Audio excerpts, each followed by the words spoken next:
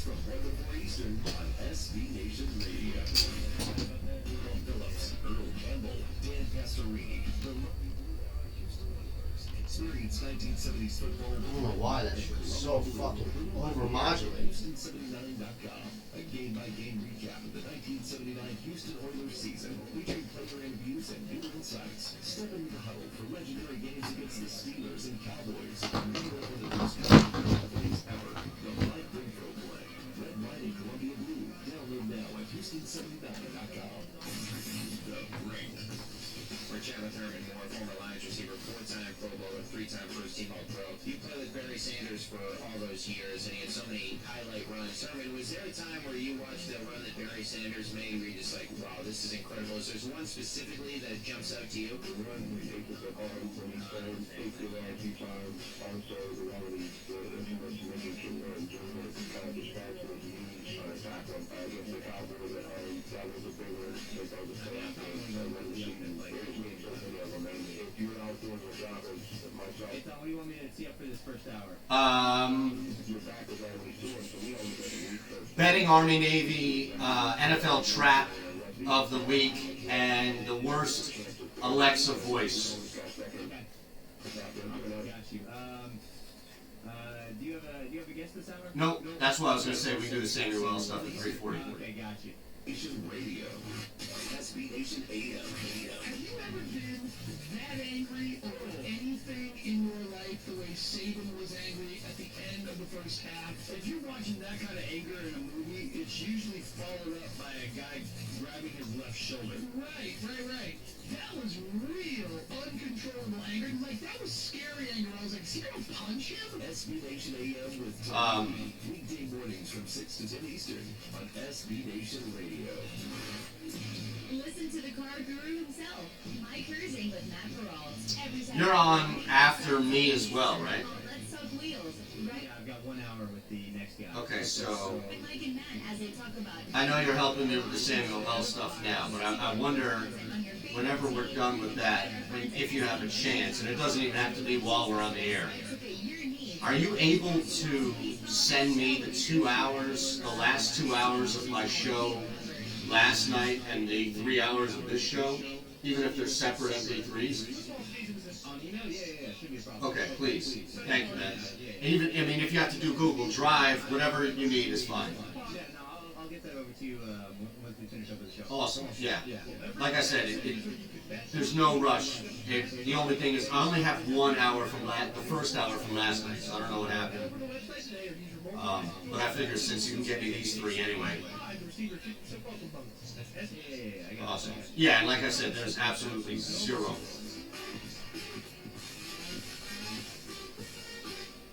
Set your system's volume control for slightly above the normal listening level. Let's go. Second level thinking is defined as looking beyond the easy, obvious conclusions. You gotta do some smart thinking. Welcome to the second level. The second level on SB Nation Radio. And on SBNationRadio.com. Where we go beyond the box score. Presented by Rocket Mortgage by Quicken Loans. Rocket Mortgage is with you every step of the way. From the O'Reilly Auto Parts Studios, here's your host, Eitan Shander.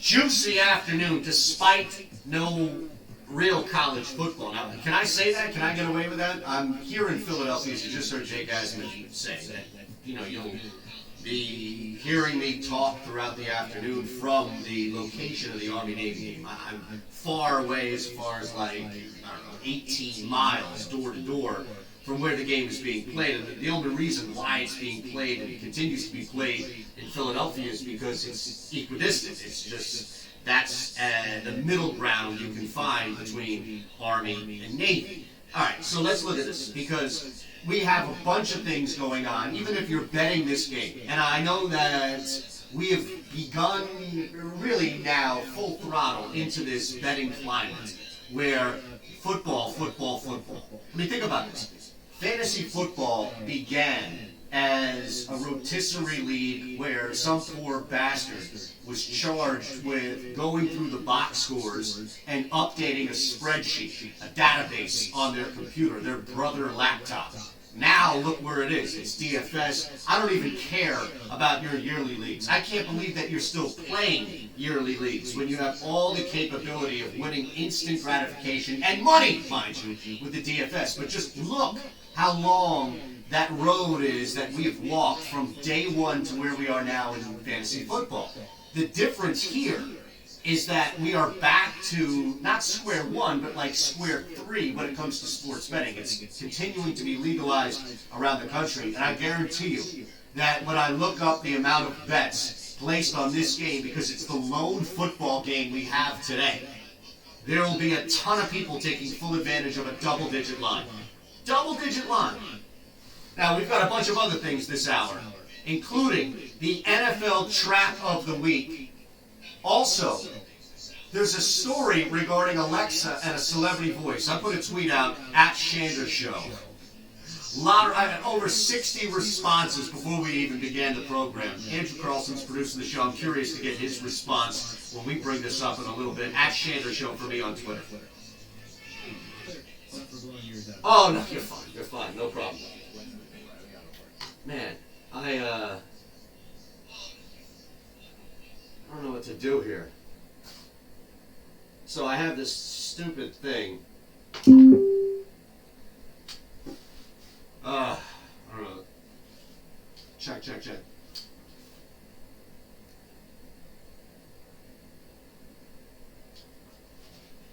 What's that? I took Navy. Yeah, I took Navy. What I don't get though is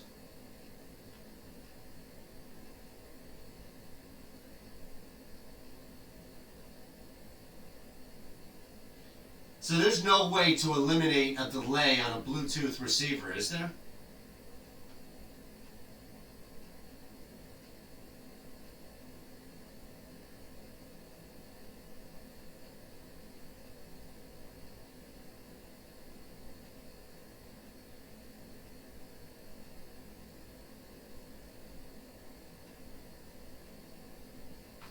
Alright, well then I wonder if we do this.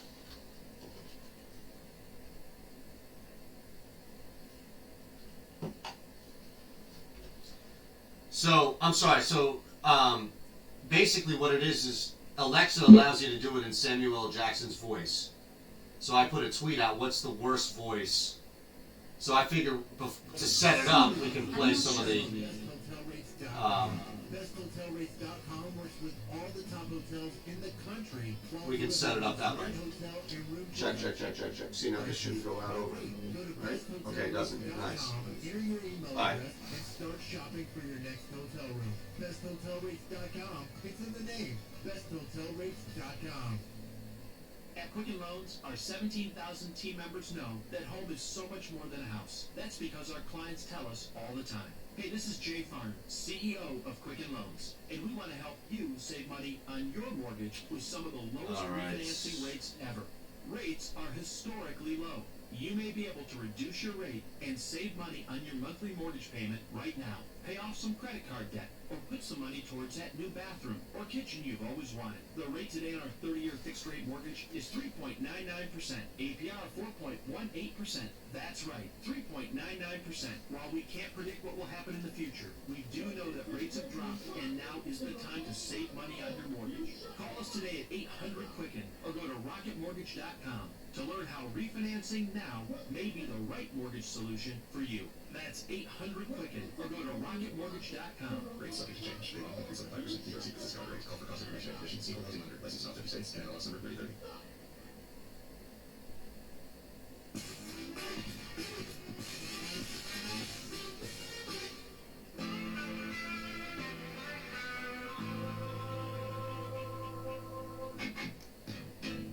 Scratching beneath the surface. It's the second level on SB Nation Radio. And on SBNationRadio.com. Presented by Rocket Mortgage by Quicken Loans. From the O'Reilly Auto Parts Studios, here's Eitan Shander. There's a story, trust me, regarding why I put this tweet out, asking what the worst celebrity voice could be in your Alexa. If you could get it in, and I have to be careful because I have one here, so I've already triggered it. But if you were to replace the standard voice, and I know people have already responded at Shinder Show saying their Waze app allows you to switch it. A lot of the GPS apps do have a variation. Hell, you can go back to like the TomTom thing that you would set up on your dashboard. We're live on Twitch as well, Maze at Aton, so you can view the program, interact. You can call 800-224-2004. The Army-Navy game is just about to kick off here, and I'm not going to sit here in Philadelphia and try to be holier than the average sports talk host and make something of this football game, despite it not really holding much meaning outside of if you've served. And if you've served, thank you, we appreciate that. But this game really is just getting you through. This is like the college football version of the Pro Bowl, except of course there's a lot more redeeming value and quality behind this football game than just get us through. And I mean, like when it was back in between the last, I guess, the conference championship and the Super Bowl, where you would still have so many people out of it.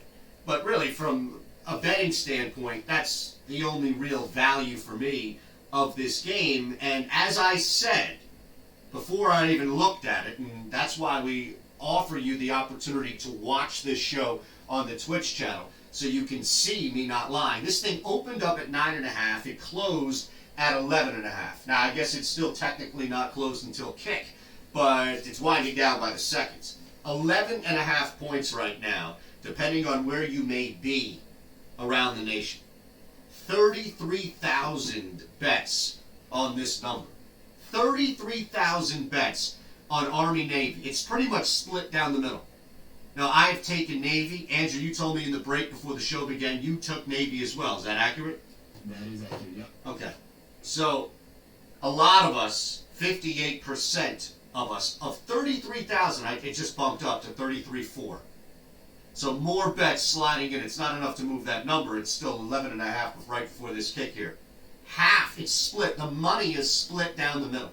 It just seemed like the way in which Navy, and I understand both of these teams run the triple option, etc., but Navy just scores. They're able to get up and down the field. They have been more battle-tested, and despite Army not losing really many, if any, games, I think but one, by more than double digits, Navy is just the team. And look, you can look at all the trends and the spread history and all of that. This felt like a Navy game based on just the football trends coming into this, especially with how much ease Navy's been able to move the ball. So that's what we'll do. We'll update you as we move, but the reality is that the world of college football right now is hibernating for a day. There's a lot of talk about the individual rewards and whether or not anybody's laying early action on the bowl games, but this is more of a college basketball day. Maybe you can see something. Look, Oregon knocks off Michigan. Again, another loss for Michigan in overtime. So from a college basketball standpoint, well, pardon me, I should not have overlooked North Dakota State and their 9-3 victory, because that did happen today, correct? The FCS championship? Yes. Okay, I do not want to overlook the North Dakota State Bison, Carson Wentz's North Dakota State Bison, over Illinois State Redbirds, 9-. Can you imagine how miserable of a football game? First off, North Dakota just went 14-0, and that's how they close out. 9-3. My goodness, here we are bitching about 24/7 football games in the NFL, or the fact that some of these college games are hitting about, 50 to 60 alone. 9-3 in an FCS championship quarterfinal.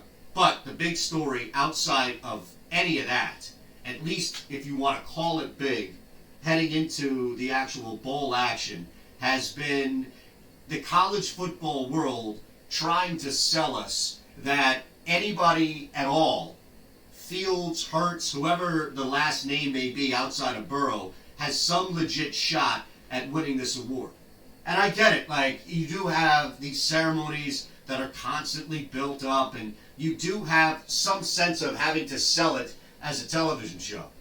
But I'm sorry, when we've seen this whole thing just continue to grow, and we've seen this whole thing just be utter domination from Joe Burrow, LSU secondary, but really from that quarterback. And look at what happened in the SEC championship game, where, yeah, maybe LSU didn't necessarily deserve to go from 2-1, but he definitely deserved to solidify if he hadn't already. Now, I guess I might have missed something, but you could really look at the body of work before that game and say that he locked it up, and that it really wasn't close. And all Burrow did was just continue to lap opponents. Yet, for whatever reason, I understand that they have to sell, and they have to make this thing a continued entertainment valued program outside of just, oh yeah, well these guys are here and it's nice for them to be here, but the reality is that ain't nobody else winning any of it, Joe Burrow.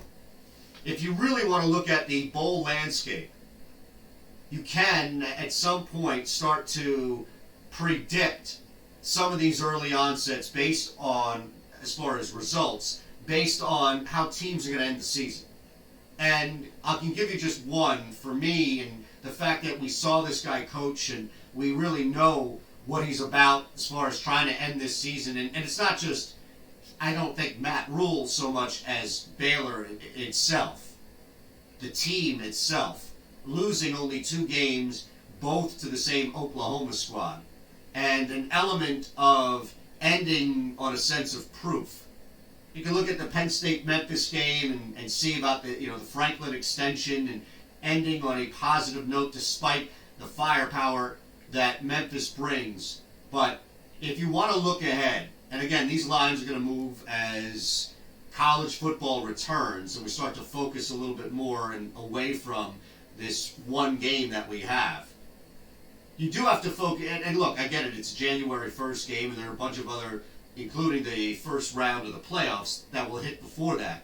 But I've already seen some movement locally, and Georgia is still laying 7.5 as I sit right here in the Sugar Bowl against Baylor.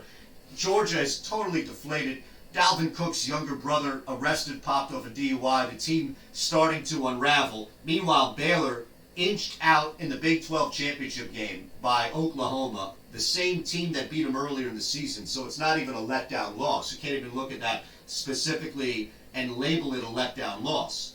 What I think you could take away from it, most, at least for me, would be that Georgia is pretty much ready to lay down, pretty much ready to move on, get past this season. From the performance that you saw, notwithstanding, against LSU in that SEC championship game, that was it.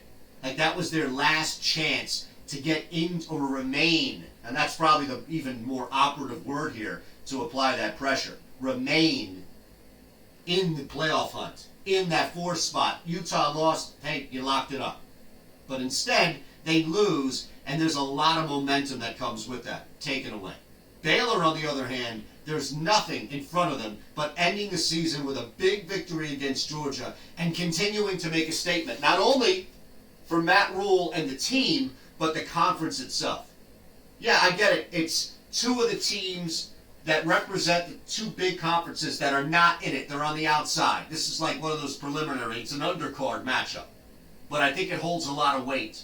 And I would guarantee you that Matt Rule, that Baylor, the kids there, they've been told this, and I'm sure they believe it, that it holds a lot of weight as well.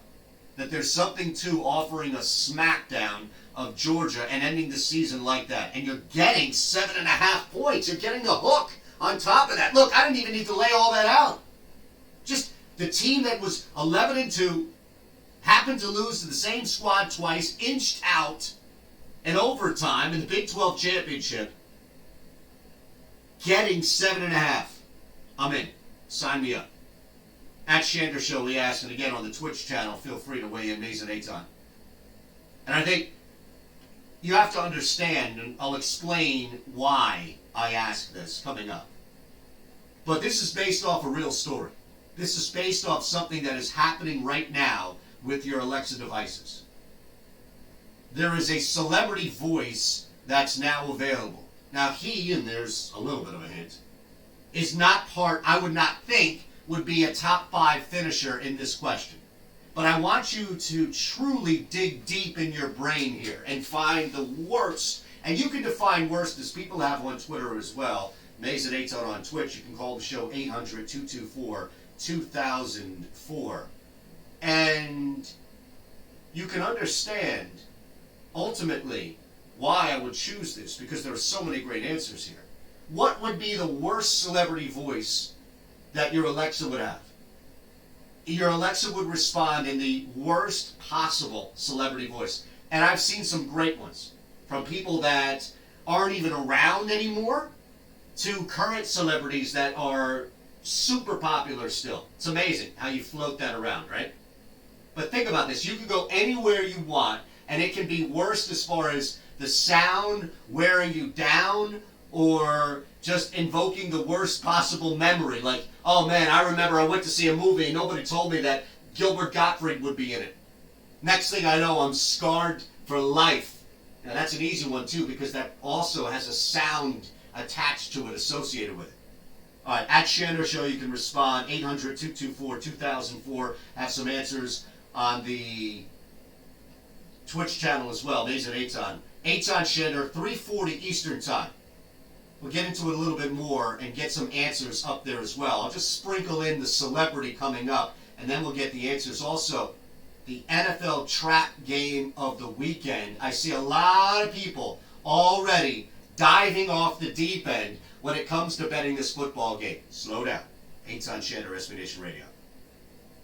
The main event. Wait, Tom, so Heist legitimately just hit me back. All right, you want to do them? Let's do them in 15. Oh, no, wait, I already have Jeff. I already have a fantasy guy. You already have. Okay, I'll text Heist and let him know next time. Yeah, I'm sorry. Hey, no worries.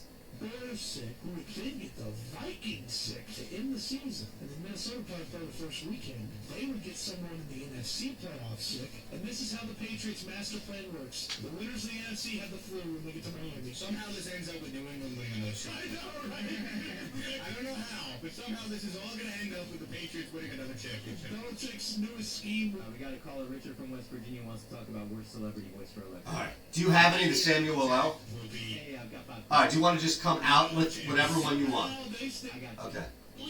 And then I'll just like react to it, and if you want to sprinkle in one or two more, that's fine. Main event. We Sounds good. 4 Eastern on SB Nation Radio. The main event. Jose, you're up. What do you got for us? True or false? The 2019 Ravens are better equipped to win the AFC than the 2018 Chiefs were. I say to be determined because if they have home field. Time out, time out. This ain't to be determined Tuesday. Oh, this is toast. It is true or false This Tuesday. is a toast. No, there is no toast. This is a toast. It's partially true, partially false. No. The main event. Weekday afternoons at 4 Eastern on SB Nation Radio. This is the gold standard. Based on previous history of the Patriots, and to some extent the success of the Patriots, but especially when there has been cheating in the past, people are going to jump all over it. You do not get the benefit of the doubt when you are the New England Patriots when it comes to cheating. Sorry. Even if this is a complete mistake, the Patriots don't get the benefit of the doubt, and you're telling me an organization run as smoothly as I put this pro in here just to piss off Pearl.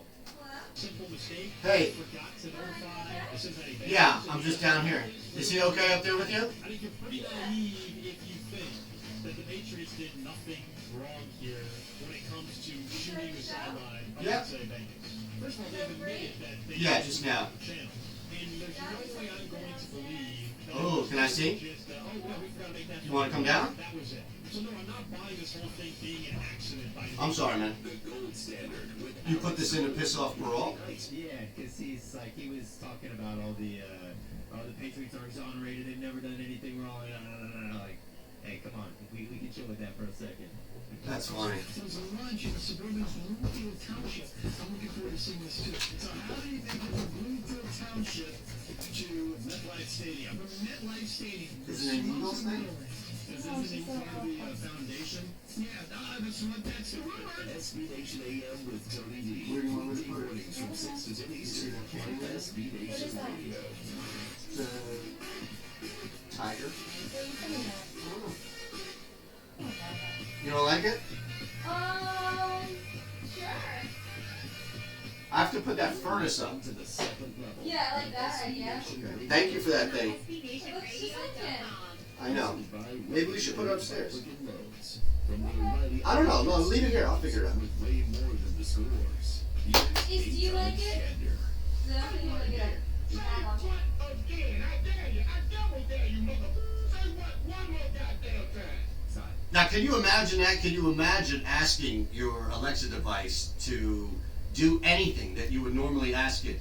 And now it's available in the response and the voice of Samuel L. Jackson. So Alexa has done this before, and I keep triggering it, so I have to be careful not to say the name and then follow it up with a question. But it constantly doesn't understand what you say, and I don't understand that, or can you repeat that, or I don't know what that is. I don't have that command. So can you imagine? Like, you can't just have it in Samuel L.'s voice. I don't have that command. Don't you need it something like that? Like, think about it. That is the perfect drop, Andrew, that you could possibly play of asking Alexa to do something, and then in Samuel L. Jackson's voice not hearing you, right? All right, so it's like, hey, Alexa, can you figure out how to mix cement? And then you would get this because it's now set up in Samuel L. Jackson's voice. All right, we'll get that coming. That's hilarious, man.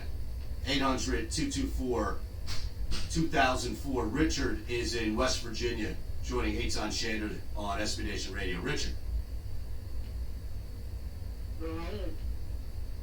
Hello? You were talking about a celebrity voice. I'm not sure exactly what talking about celebrity voice to do. The worst celebrity voice.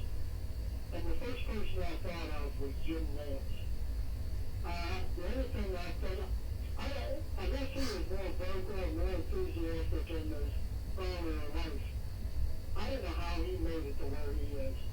I think I heard him doing a basketball game. I don't know if it was I think it was a basketball game. Kind of cool.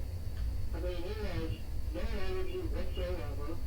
I guess he does the golf, which, if you have that low key, I guess that's what's a good for in golf. But I just don't know how he has made it to the stature that he's got, that big name like Jim Nance, because Well, I can't say I'm listening. all right, listen, Richard, I appreciate the phone call, and it is an interesting one to start things off. I have about 65 others on Twitter at Shander Show again, but I wouldn't think that, just like Samuel L. Jackson's voice, I wouldn't think that Richard in West Virginia's option of Jim Nance would be one that would piss a lot of people off. I mean, that's part of it, right? Is you would want to find one whose voice would be so earth-shatteringly annoying, fingers on the chalkboard, to the point at which it's not just you, it's everybody. Now, some of these are personal, I get it, and apparently for Richard, he don't like Jim Nance. I don't know what it is that he doesn't like Jim Nance. I feel like Nance is just there, and I don't mean that as a negative. I feel like Nance kind of blends in at times, and his major calls and the setups and all this stuff about the burnt toast, and I couldn't care less. It's not a negative. I'm just saying, me personally, I'm not interested in the people that call games. Like, I'm not interested in the people surrounding it. I'm interested in the people on the field and the ice and the hardwood actually making impact, more so than the storylines of if a play-by-play guy gets burnt toast or not. But I also understand that he's been doing this so long that he's connected with a ton of people. In fact, if you were to draw a line, and that's what I think we should do. All right, let's do this. Now, I have something as far as the NFL trap game, 9 minutes from now. We'll come back to this, and we'll draw a line. And it'll be the two of us, myself and Andrew. And every option, every response that we get, both on Twitch, Mays and Eitan, Shander Show on Twitter, even if you want to call in like Richard did, 800-224-2004, we're going to draw a definitive line. So every name, every response is going to get put on one side of the line. On the left, it's going to be, this would be a top 5 or top 10 awful name. Probably top 5. Now, maybe top 10 because we got a bunch. So I don't want to limit it completely. But it would be a strong top 10 for positive or a strong top 10 for negative. So some of these might be difficult. I don't think this one is, but I'll throw it to you. You can start things off. This will be a sample. We'll use Richard as a test case in this. I don't think he'll mind. He listens and calls all the time. We appreciate that. Let's look at this here. Jim Nance. Now there's a line drawn in the sand. On the left, it's most likely a top 10 positive name to replace your Alexa's voice. On the right, it would be most likely top 10 name to be the worst option to replace your Alexa's voice. Which side do you think Jim Nantz would stand on when you're talking about the country, not just you and I? On the left, for sure. Yeah, it would be like a comforting top 10. I would think it would be a comforting, positive voice, right? I would love to have Jim Nantz talk to me as I'm doing anything I'm doing throughout my day. If Jim Nantz is narrating my day, I'm having a fantastic day. Can you imagine? Let me get that one more time. Let me get the Samuel L. cut you came out with. I mean, think of the difference. And this, I know, man, this whole thing is going to wind up putting you to work, and I apologize. But we should even do that. Like, just if you can find, and I'll work on the break too, a snippet of Nance. It doesn't even need to be longer than, 5-6 seconds. And just juxtapose the difference. I don't know. As much as people like Samuel L. Jackson, and as much as people follow still his movie career and his Capital One credit card career that's taken off, I don't know if people, I still think he would be a negative only because people wouldn't want to hear him do this, right? Say what again? Say what again? I dare you. I double dare you, mother. Say what one more goddamn time. Can you imagine? That's now your Alexa device. It used to be, I'm sorry, I don't know what that is. I'm sorry, I don't have that in my inventory. I'm sorry, can you repeat that? Instead of, English, mother. I don't know how to set to that setting. can you imagine that? Again, Alexa, can you tell me how to get from my house to the boathouse? English, mother. Do you speak it? That would be the most frustrating. Think about it. It's like the baby toy. It's fun for a day. It's fun for 2 days. I get my dog these god-awful, my fiance hates it. I get these god-awful squeaker toys. They're the size of like 3 feet, 4 foot long because he's an 82-pound Weimaraner. So these humongous squeaker toy things. And it's funny, it's cool for like 6 hours. And then all of a sudden it's just like, oh my God, get this thing out of here. How long do you think it would go from Samuel L. being a positive response to a negative response? Probably overnight. Probably overnight to where you would wake up thinking, oh my God, I can't believe the mistake that I made. We've got In less than 24 hours. Oh man, I think it would probably be like you would set it at night. Oh man, I'm so excited. I got all this thing. Set your alarm and everything you do in the morning routine. And then all of a sudden in the morning, you hear that. You hear Samuel L. Especially if you needed to ask the thing a question.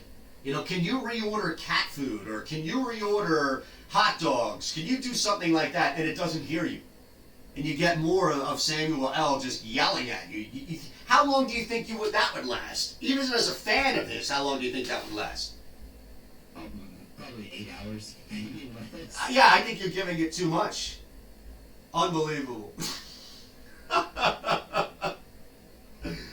Oh my goodness. All right, NFL Trap Game of the Week and a bunch of responses that we have to the worst celebrity voice to have on your Alexa. Gilbert Gottfried is a popular one, but I don't think he's the worst by any means. A lot of people say Gottfried. Stay away from this NFL game next. All right, buddy, I'll be right back. Great job. Yeah, no worries, man. Thank you. Maintenance and restoration projects easier. So when your car isn't stopping like it used to, our professional parts people will help you find the brake parts and supplies you need to do the job right the first time. Now, for a limited time, get 15% off a set of brake vest pads and 2 rotors. O'Reilly Auto Parts. Better prices every day.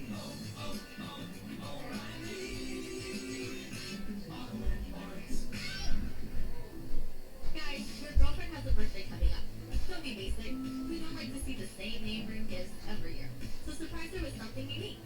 Be creative, be different. Check out giftymap.com for all of your creative gifting needs. Yes, they have items like Christmas, apparel, home decor, jewelry, and more. But they are local Texas brands that will be hard to find anywhere else. So check out giftymap.com. That's giftymap.com. Change it up this year. Your gift won't disappoint. Hey Hey, this is Jay Farner, CEO of Quicken Loans. Quicken Loans is celebrating our best quarter ever, and now we're celebrating some of the lowest refinancing rates ever. Rates have dropped so much that many Americans can reduce their rate. You may be able to save money on your monthly mortgage payment right now. The rate today on our 30-year fixed-rate mortgage is 3.99%, APR 4.18%. Call us at 800-QUICKEN or go to rocketmortgage.com to learn more. Rates subject to change. Pay 1.375% fee. Receive this discounted rate. Call for cost information and conditions. Equal housing lender. Licensed in all 50 states. NMLS number 3030. Tired of paying outrageous prices for Viagra? Well, we have great news. Now you can finally get Viagra at huge discount. Generic sildenafil allows you to save up to $650 on Viagra. Why pay name brand prices of $15 per pill or more when you can get the same results for less than $3 a pill? Call today and get 50 generic sildenafil pills for just $99. Call 800-450-5582. That's 800-450-5582. Again, 800-450. Nice, there we go. Already breaking down fucking Army. Fantastic. Unbelievable. Keeps creeping back. So you want me to come out with an answer, then another Samuel? Yeah, please. Got you.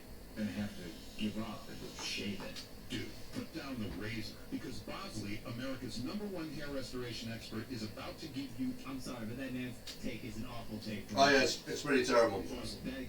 That is fucking awful. Reveals all the signs and a free gift card to anyone who texts KIT11 to 85850. Bosley will show you for free how great your hair could look using the latest You technology. want to say Ray Romano? I can get behind that a little bit. But Jim Nance? Jim Nance, come on. No. Surgical options. He's got like one of the most soothing voices ever. Mm-hmm. But make sure and a gift card for $250 off, no matter what level of hair loss you have. Text KIT11 to 85850. That's KIT11 to 85850.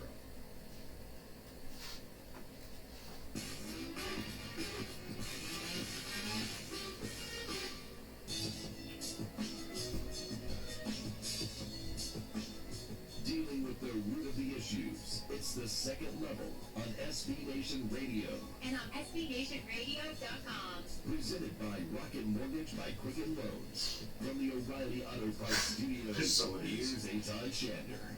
For a young boy who aspires to be a Masters champion, what does his imagination look like?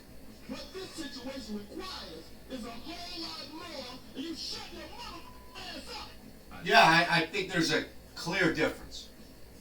How could you hear the first cut from Jim Nance and think it would get old, it would be bad, it would just be annoying to the point in which you would have to throw your Alexa through the roof?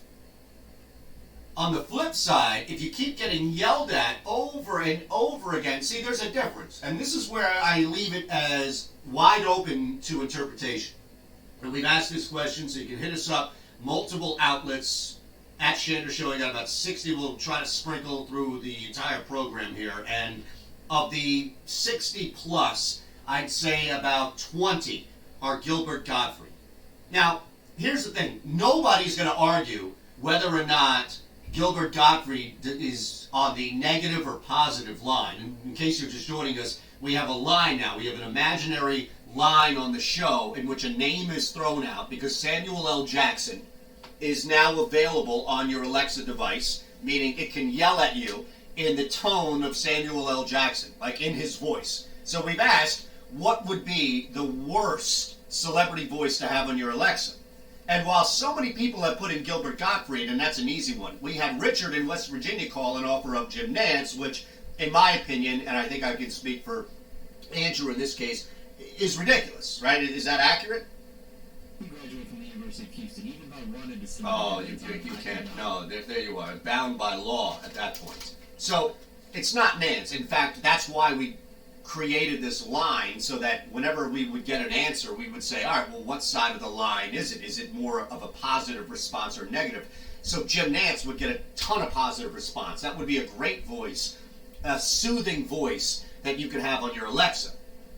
Now, Ryan Rothstein, a guy I host with, and he's on a local channel that I work with here in Atlantic City at Ryan 97.3 ESPN, he offered up Cardi B. And I think that would be annoying as well if you got her just, again, because she's a yeller. Right? Now, Cardi B is a projector. She's a yeller. And it's not as volatile as Samuel L. Samuel L. is like a drill sergeant, man. That's why I think it's just as bad as Gilbert Gottfried. Gottfried, nails on the chalkboard, but when you're talking about just repetitive and yelled at and loud, I think Cardi B would probably get on my nerves faster. Now, I have to admit, I'm a fan of Samuel L. Jackson's work. I am not a fan of Cardi B's work. It doesn't mean I don't like it, meaning I hate it, hate her, this or that. I don't listen to it. I don't seek it out. So my limited understanding of who she is and what she sounds like comes from social media clips, and it just, to me, you would think that it would drive me nuts, I think, more so. Like, that's an 8-hour thing. By the time okay, great, go back to the regular Alexa voice. I don't think I could deal with that anymore.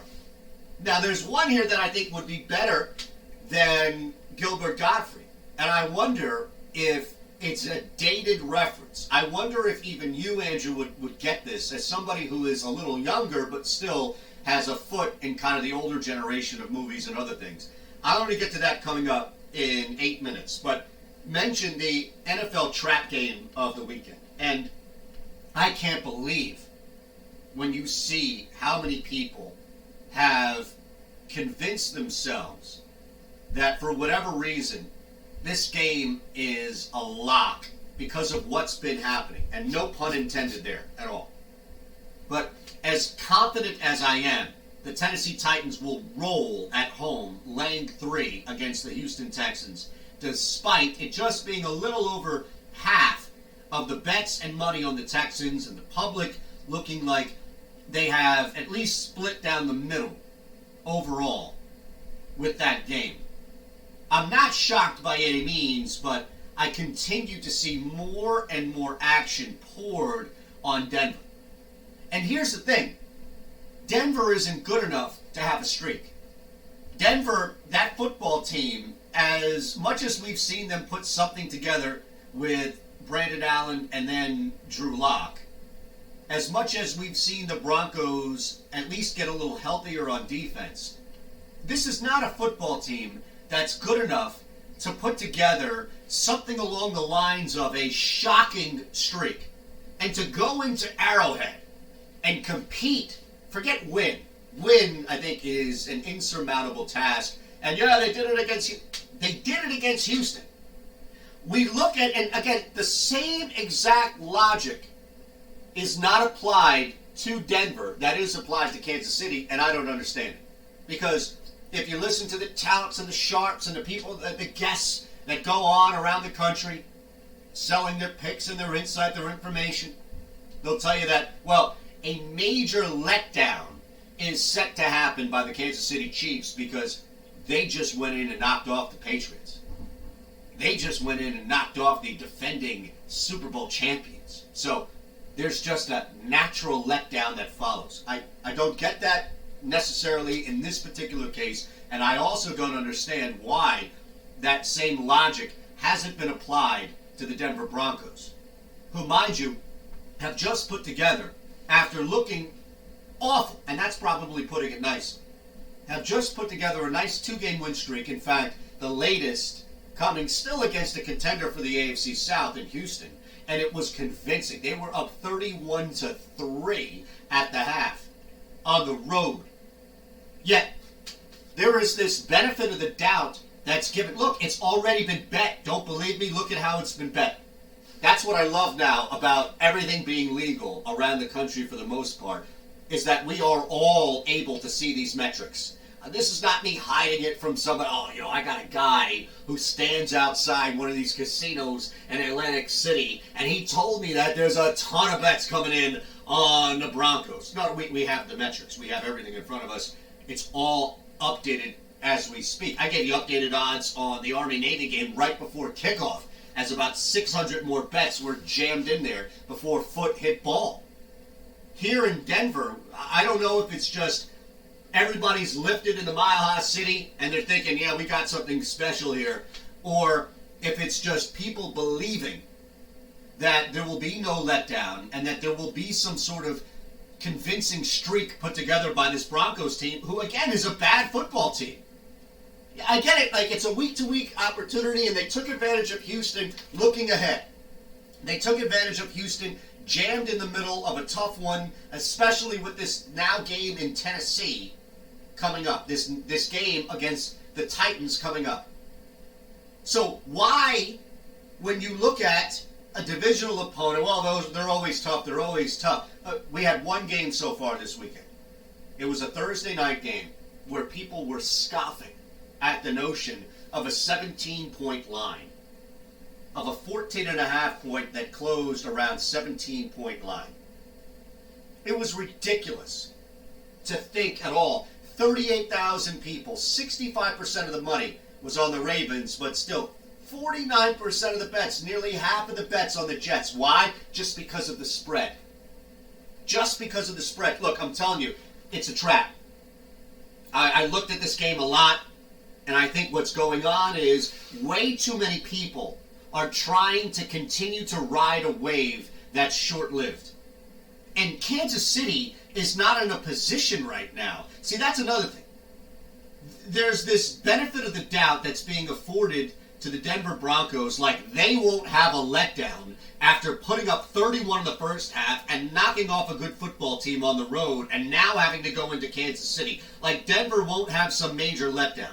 While the Chiefs have clinched that division, they're still nowhere near Baltimore and still behind the Patriots when you're talking about seeding. Kansas City isn't right yet. Kansas City isn't fixed what has truly been an issue if it's consistent running and also Spags and that defense getting more consistent and more aggressive. They haven't really fixed those issues. I don't know what makes people think that they're going to come in and lay down at home and barely survive. Look, I get it, 10 points is 10 points. But we just saw this example play out where 17 points was astronomical. Nobody in their right mind would give 17 even at home against anybody. And this was on a short week. This was Thursday Night Football logic. Well, what's the excuse here? I don't understand how, in still one of a difficult, if not one of the most difficult places, you would see that everything where you would find instead, honestly, I don't know, some sort of momentum that has been established by Drew Lock and this Denver Broncos team, and that now, despite having the Lions in front of them, they're going to continue this tear on the road. I think if anything, you have to look at what Kansas City has done. Yeah, I get it. The Denver Broncos 2-game win streak is impressive, especially coming off the way in which we just saw it. Navy has tied this thing up, 55-yard touchdown run. It's 7-7 with 13:30 left. So right back to square one for myself, for Andrew, and everybody else who's laying the points. Sweet. What about the Chiefs? I guess that's my lone question here. At Shander Shows, get me on Twitter. The Twitch channel's live. Maze and Eitan. You can hit us up on the phone here at SB Nation Radio, 800-224-2004. I don't know what I'm missing outside of the fact that the Chiefs have put together something, and they're not primed for any letdown.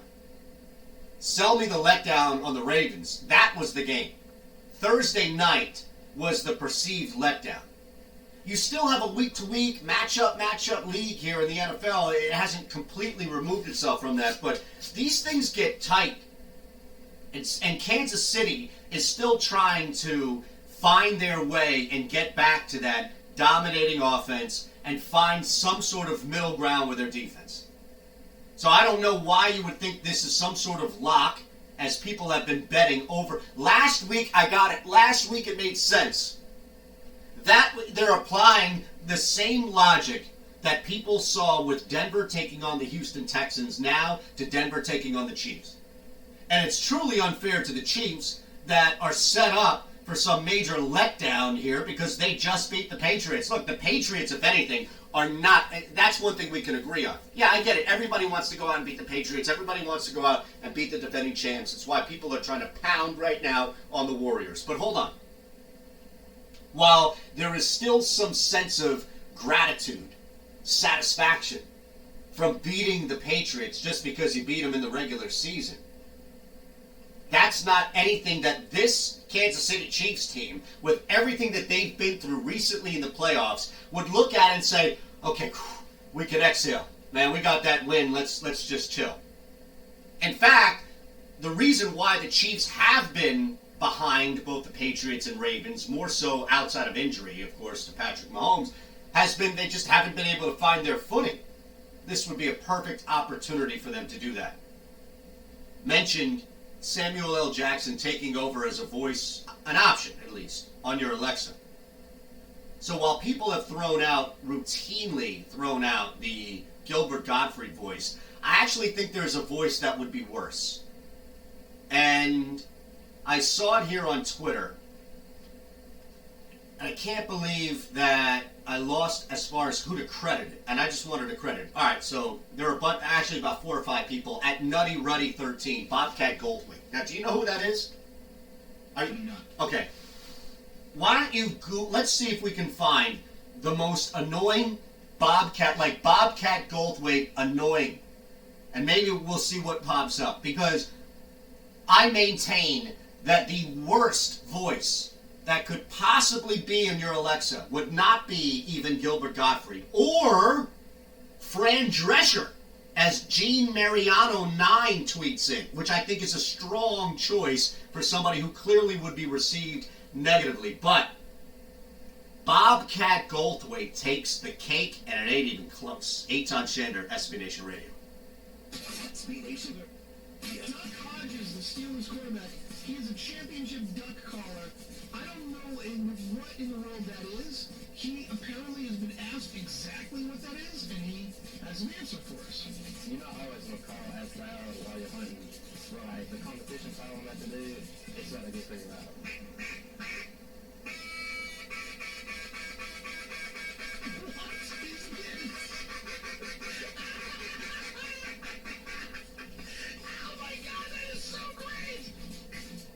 Your quarterback, Tony. That is awesome! What if he has one in his little pocket? He gets so loud, and he looks around at the defense, and he just goes, meh, meh, meh, meh, and we go from Peyton's Omaha to Doug Hodges, bringing 2 worlds closer together. SB Nation AM with Tony D. Weekday mornings from 6 to 10 Eastern on SB Nation Radio. Introducing automotivemap.com.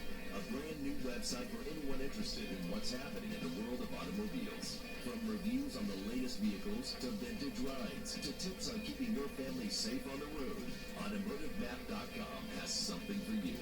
If you love cars, trucks, and SUVs and the amazing technology hitting your favorite showroom, check out the brand new automotivemap.com. The main event. Is there anything more lame than the Bengals players dumping the Gatorade on Sam Taylor for winning his first game? You got to. You're 0-11. The appeal of the Gatorade ban, or you were 0-11. You're 1-11 now. The appeal of the Gatorade ban, that just doesn't seem justified when you lose that many games. All right, let's do second hour. Let's do NBA drama, Michigan upset, and we have somebody. Yes, in Jabbar.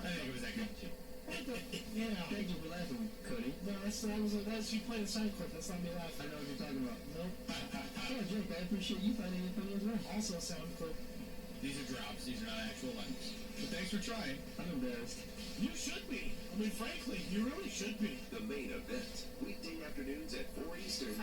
SB Nation Radio. The main event. Some salad? Some salmon. That did not look like salmon. It was some filet. Is filet or lentil stuff? Isn't filet a different type of fish? No, you did not decide that. I've got a clip of Bobcat if you want me to use it. Okay. God. Put him back. Yep. Perfect. McDonald's? I don't know. Filet of fish? The main event. Weekday afternoons at 4 Eastern on SB Nation Radio.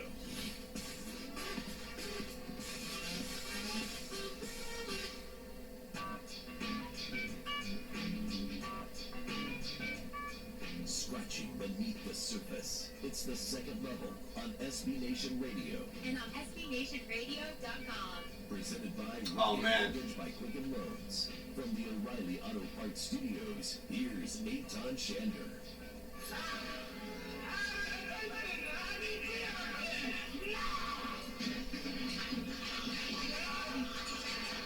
Is that Police Academy? Yeah. Oh. I don't even know what else you besides stand-up. His voice, like he would talk normal, and then you go crazy. It was just, it's way worse than Gilbert Gottfried, who is just the same. I told him that he couldn't do it, and he said he would. I get it. Like trust me, that's annoying. Nobody is defending or absolving Gilbert Gottfried from being one of the most annoying, if not the most annoying celebrity voice to be on your Alexa. However, I still maintain that if you are more familiar with Bobcat Goldthwait than Andrew and others are, who still, and I don't fault you for this one because the guy's been out of commission forever, but it's the unpredictable nature and manner in which he goes high and low and he screams, and even like he has this annoying scratchy sound to it. I've never heard that. All the other voices are the same. Like Fran Drescher is the same. Sounds a lot like Lois from Family Guy, except even worse. That's the same. It's just like a lot of these other voices are consistent throughout. Coming up in the second hour, we're going to have to open up with this. I just saw this from Rap Sheet 7 minutes ago. This is the best celebration you'll ever see. I'm sorry, like, I don't know. We have the Alexa thing going, and we might have to open up a tertiary topic, because I don't know if you found, and Marcus Peters does not deserve a fine. He deserves a standing ovation. Love it. At Shander Show. That's how you get me on Twitter. It's SB Nation Radio. All right, brother. I'll be right back.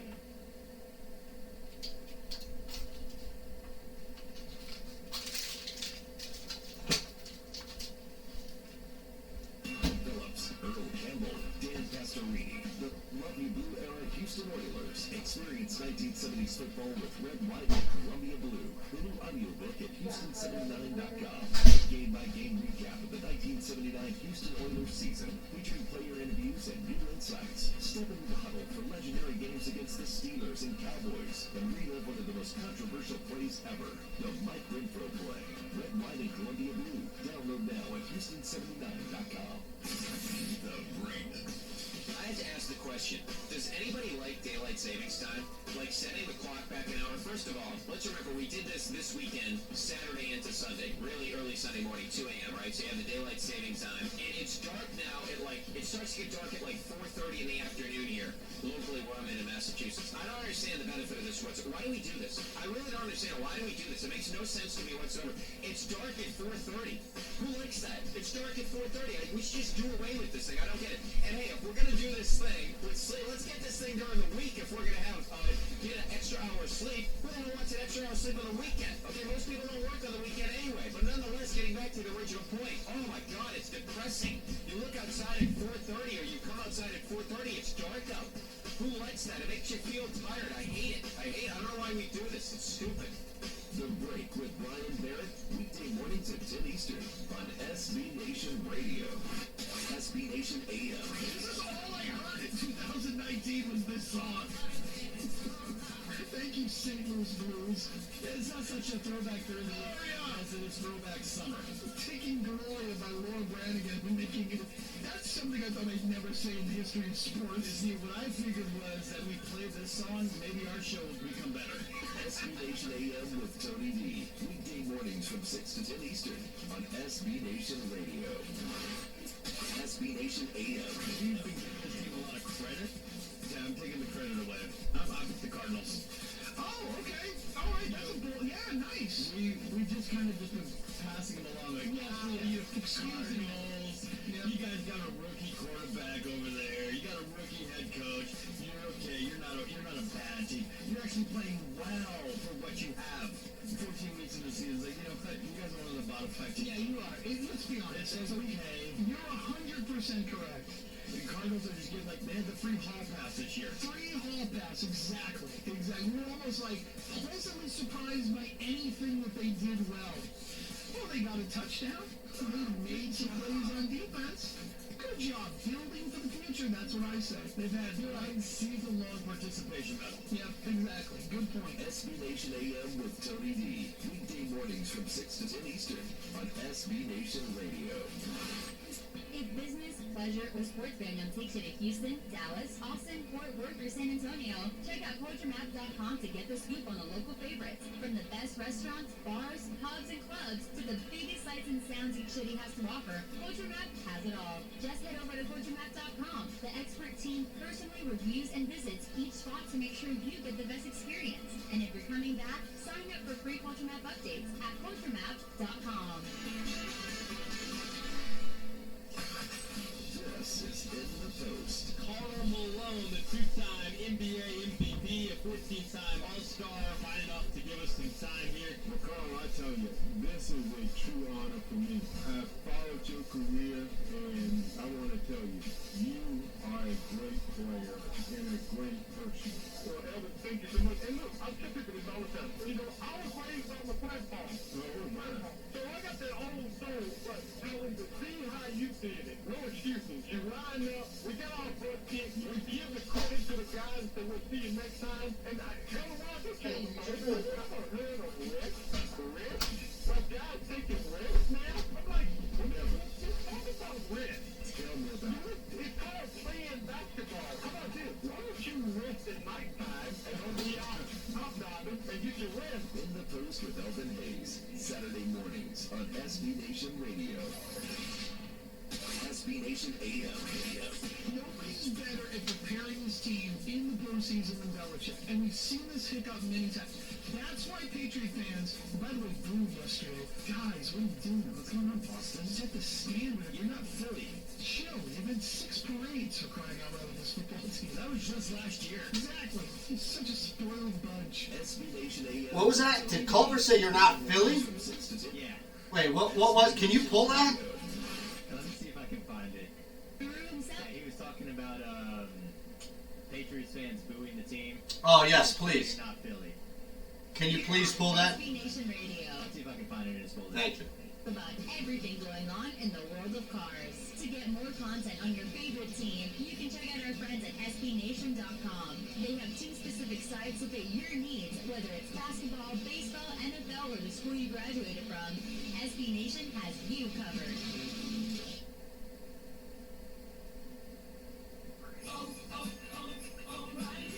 Struggling with gift ideas? Who doesn't need more tools? Right now at O'Reilly Auto Parts, get professional quality power torque tool sets on sale now, starting at just $19.99.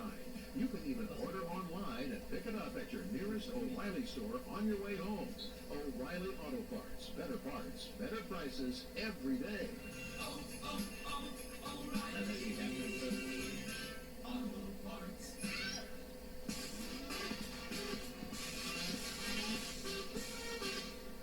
Set your system's volume control for slightly above the normal listening level. Let's go. Second level thinking is defined as looking beyond the easy, obvious conclusions. You got to do some smart thinking. Welcome to the second level.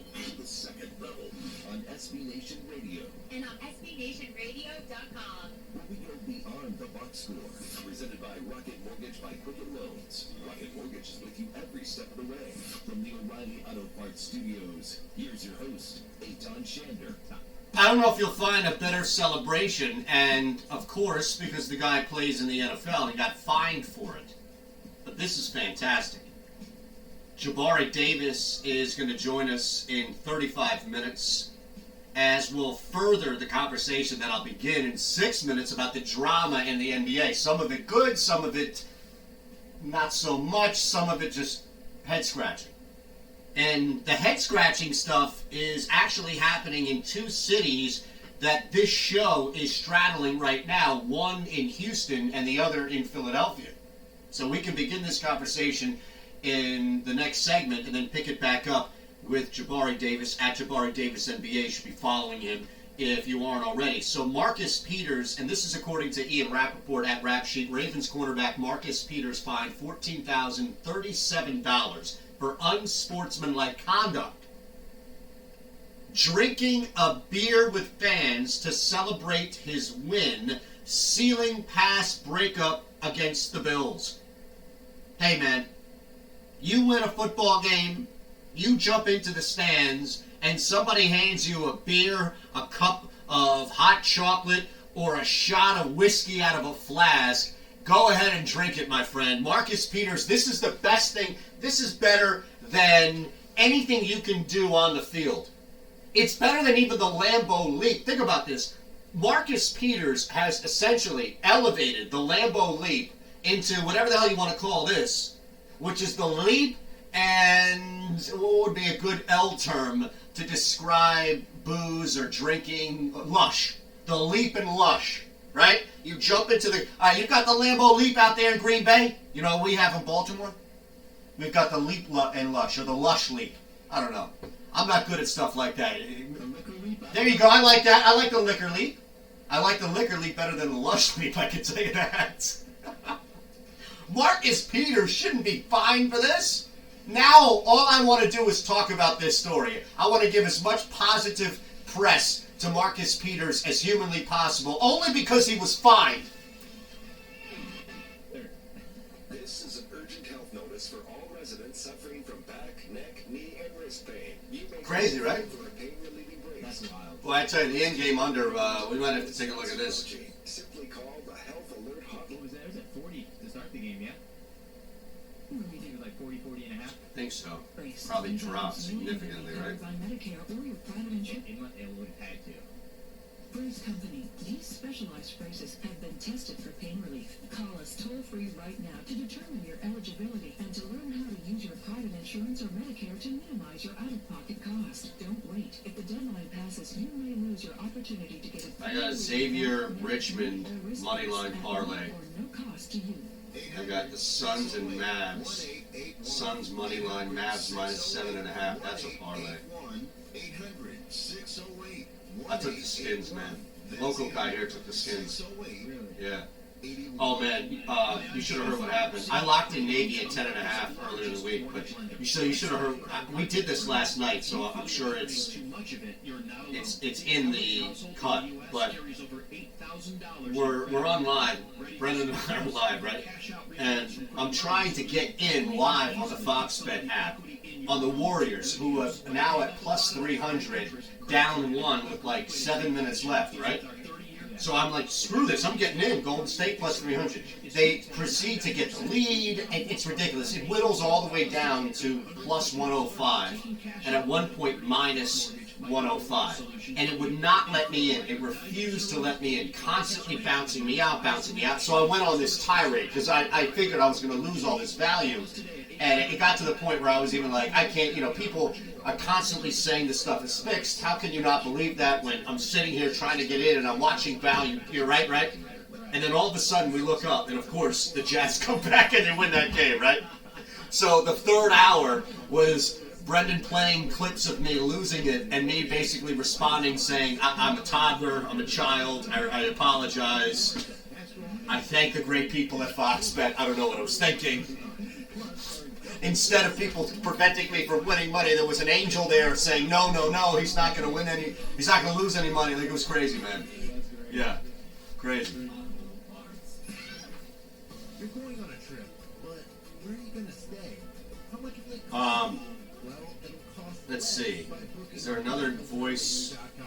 Oh, can you grab something from Mr. T? All the top hotels in the... Yeah, let me... Yeah. Okay. I can do that. Because somebody put Mr. T, and I think that would be an interesting one to be. Oh, that, and then I'm sure we have some Ed Orgeron clip somewhere, right? In the system? All right, if you could grab those two, that would be great, please. Thank you.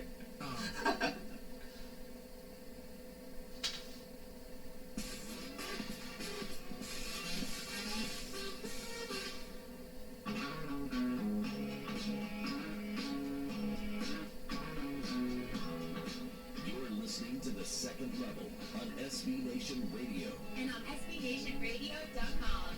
Presented by Rocket Mortgage by Quicken Loans.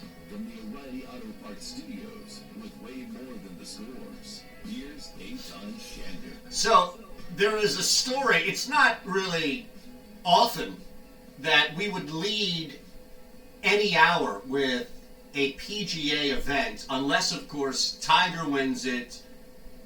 Something else like Brooks Koepka is about to win the 4th major. Something gigantic, right? Or maybe there's just nothing really else going on except the Open Championship, something along those lines where there's not much. And I'm not diminishing it. I'm just saying that's really where things are on the hierarchy. So we will get to this NBA thing, but again, stuff happens. Stuff pops up. I see it. It comes across the radar. And much like the Army-Navy game, which is an absolute dud right now, locked in at 7. And as mentioned, Andrew, we should probably look at the in-game total here, because I can't imagine that this thing, and it's off the board where I am locally, but I can't imagine that this thing is all of a sudden going to turn into some offensive explosion, some shootout in the second half. So we'll keep an eye. I'll let you know what I have it live when it gets back up on the board where I am here in Pennsylvania. But the story, before we even get to the NBA drama, you think this is bad as far as Charles Barkley, Shaquille O'Neal going after Joel Embiid, and I say going after in jest because they did not, or the battle for LA right now, or the fact that for some unknown reason, James Harden is not being praised but rather criticized, are some questions I have around the NBA. One here in Philadelphia, one in Houston, and the last in Los Angeles. It's at 36.5. What do you think? In-game line, in-game total right now, Andrew, is at 36.5. It's 7-7. Another punt. These two teams aren't going anywhere. Do you like it? That's honestly higher than I thought it was going to be. You like the under? I like the under. Oh, man. This is what happens. I ask you, and you like it, and then you live vicariously through melting down in the final, 60 minutes of the program. So that's what hour 3 is going to be. It's me yelling at the TV, and then also through the TV, Andrew. I knew it. Army was going to light up 28 points in the third quarter. Shame on us. Here's the story. Melbourne, Australia. The caddy for Patrick Reed, golfer right now in the President's Cup, is out. Saturday was his last day holding the bag for Patrick Reed. Now the caddy is gone because there was an altercation in the crowd at the Royal Melbourne that a source, according to Bob Harrig, who is one of the best golf guys in the business for ESPN, said involved the caddy punching a fan after a match. So, first off, you're in Australia, man. Chances are that there's going to be a fist fight wherever you go. It's just a higher probability. And that's not anything negative, pejorative. It's just the reality. People have been there. It's fun. And it's not looked at as the same where it's like a fist fight in the States is going to escalate into somebody pulling a gun out because they don't know how to control themselves. It's a little bit more controlled as far as you knock somebody's tooth out, you go back, you drink another beer, and that's it. So I don't know what the hell happened. I don't know if it was an American idiot traveling abroad, if it was a local fan in Australia. The PGA said that this thing is final, came down on Saturday. Reed, the golfer who lost his caddy, said, yeah, okay, I respect the decision. We're all focused on winning this match. Kessler Kerrane, who is the brother, and I'm sure I'm butchering part of his last name, I apologize. Kessler Kerrane is the brother of Patrick Reed's wife. He went into the crowd after Reed and Webb Simpson lost their 4-ball match 5-3 to Hideki Matsuyama and C.T. Pan. So I don't know why the hell, at first you read this story, he felt compelled to go into the crowd and attack a fan, and then you start to get a little more detail that pops out. When I first saw this, it wasn't enough. There really wasn't enough detail to it. So now what you find out is that, according to Michael Collins, who is awesome, former caddy, he works for ESPN. We should try to get, I actually may be able to get him on. I'm not positive yet, but Collins said Corain admitted to shoving a fan who said he was just a few feet away from Reed and Corain as they were riding a cart and told the player, "You bleeping suck." As a caddy, one of your jobs is to protect your player, and unlike several other sports, in golf, fans can get pretty close to athletes. We have been known for having fun with some good banter, but after hearing several fans in Australia for 3 days, some had taken it too far. I had enough, and this gentleman was one of them. Corain continues, quote, "I got off the cart and shoved him, said a couple of things, probably a few expletives. Security came, and I got back in the cart and left. I don't think there's one caddy I know that could blame me." See, now we do need to get Michael Collins on about this because he is the expert who can speak on this, as now a member of the media and a former caddy himself. So Corain continued telling Michael Collins, "Many fans have been using vulgar language at the Royal Melbourne with no response or repercussion." What is this, the Tour de France? Well, what the hell is going on with the PGA at the Royal Melbourne? It's just expletives. What's next? People throwing balloons at these guys and just trying to crowd the fairway, give them a little elbow? What the hell is going on here? Now, people have been following Reed around. Just to add a little background to what's going on, Reed was involved in a rules violation last week in the Bahamas. He was assessed a 2-stroke penalty when he played a ball from a sandy waste area, determined to have improved his lie or line of play. Why don't you improve your lie, sir? He did it twice. It went viral. He's a 7-time PGA Tour winner. He won the Masters, of course, in 2018. He's accused. This is like the New England Patriots, man. This is like the Patriots getting accused of stealing signs or whatever from the Bengals. So Reed already. Now, okay, does this not add some more light to the situation? When you first, and that's why I wanted to read this in order and kind of go through this in order. Because if you were to just stop at the caddy's response and the reason, the rationale behind getting out there and defending the golfer, Patrick Reed, then I think there would be a ton of sympathy for the caddy, including myself.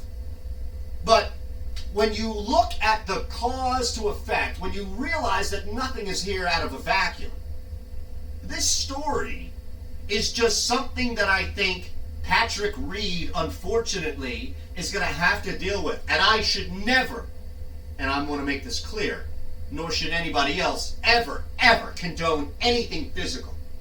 But if there's just like if Tom Brady was being paraded on a cart from the sideline to the locker room at the half, and you're there in Buffalo or Miami or New York or Philadelphia, Baltimore, Kansas City, or I don't know, anywhere in the NFL.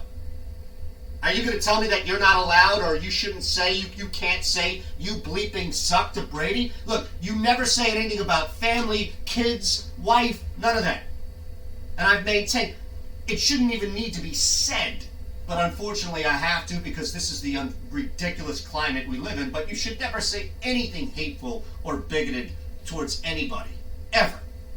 But what you can, and I will maintain, you should be able to say with the cost of your ticket is, "Hey, fill in the blank, you bleeping suck." If that's your player, or if that's the player you're going to boo, that's not off limits to me. I'm sorry. And you know what? The kids in the crowd, your kids are watching far worse on their iPads that are given to them by their school every single day. So you may think that there are some virgin ears at a basketball game, that some slob 3 rows in front of you is yelling, "Yeah, Westbrook, you bleeping suck." But the reality is that that's happening everywhere. And while I don't think that our society should take over and say every other word is "you bleeping this," there is a fine line before you hit to that point. As far as Reed is concerned, this is a simple one for me. If you have, and he even accepted the penalty, he told the PGA Tour rules officials that the camera angle did not properly convey how much space there was behind his club. Now that sounds like, I don't know about these television crews. I don't know what's going on, these TV crews. Just trying to get ready for the Bengals, Cincinnati. It sounds like something you would hear from Belichick. Yeah, okay, I get it. Like Robert Kraft, right? Sure, fine us $500,000. Sure, take away the draft picks, but we didn't do it. Sure. Fine us everything. Take away draft picks. Make sure that you suspend, but we didn't do it. Just make sure you know we didn't do it. That's what Patrick Reed essentially did here. So shouldn't it stand to reason or logic for Reed and his caddy that you're going to get heckled? Think about this. And I'll leave it at this, and we'll get some reaction, if you will. This man broke the rules twice on video, cheated. It went viral.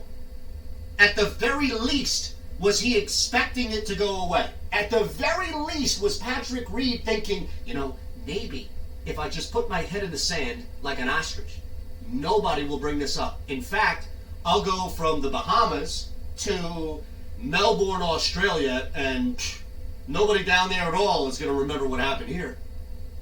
I don't understand how you could be so naive. I don't know how you could be so removed from society, whatever society you are part of. The PGA Tour, in this case, for Patrick Reed. And Corraine clearly lost it because this wasn't the first time, as he said. Now think about it. Before you even get to the history of Patrick Reed as it's presented, the guy said many fans have been upset and using vulgar language at Royal Melbourne towards Reed, of course, with no response or repercussions from security. Now, is this happening to every single golfer? Is this happening? Is this, like I said, some wasteland? Some gigantic wasteland of fandom where you can do and say whatever the hell you want with no repercussions whatsoever? People throwing beer bottles?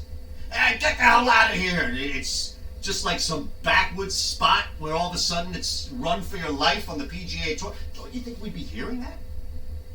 Don't you think that there would be more reports coming out outside of one guy who is basically justifying punching a fan in the face? The fan has every single right to say to Patrick Reed, who has been proven a cheater, you bleeping suck. The caddy lost it.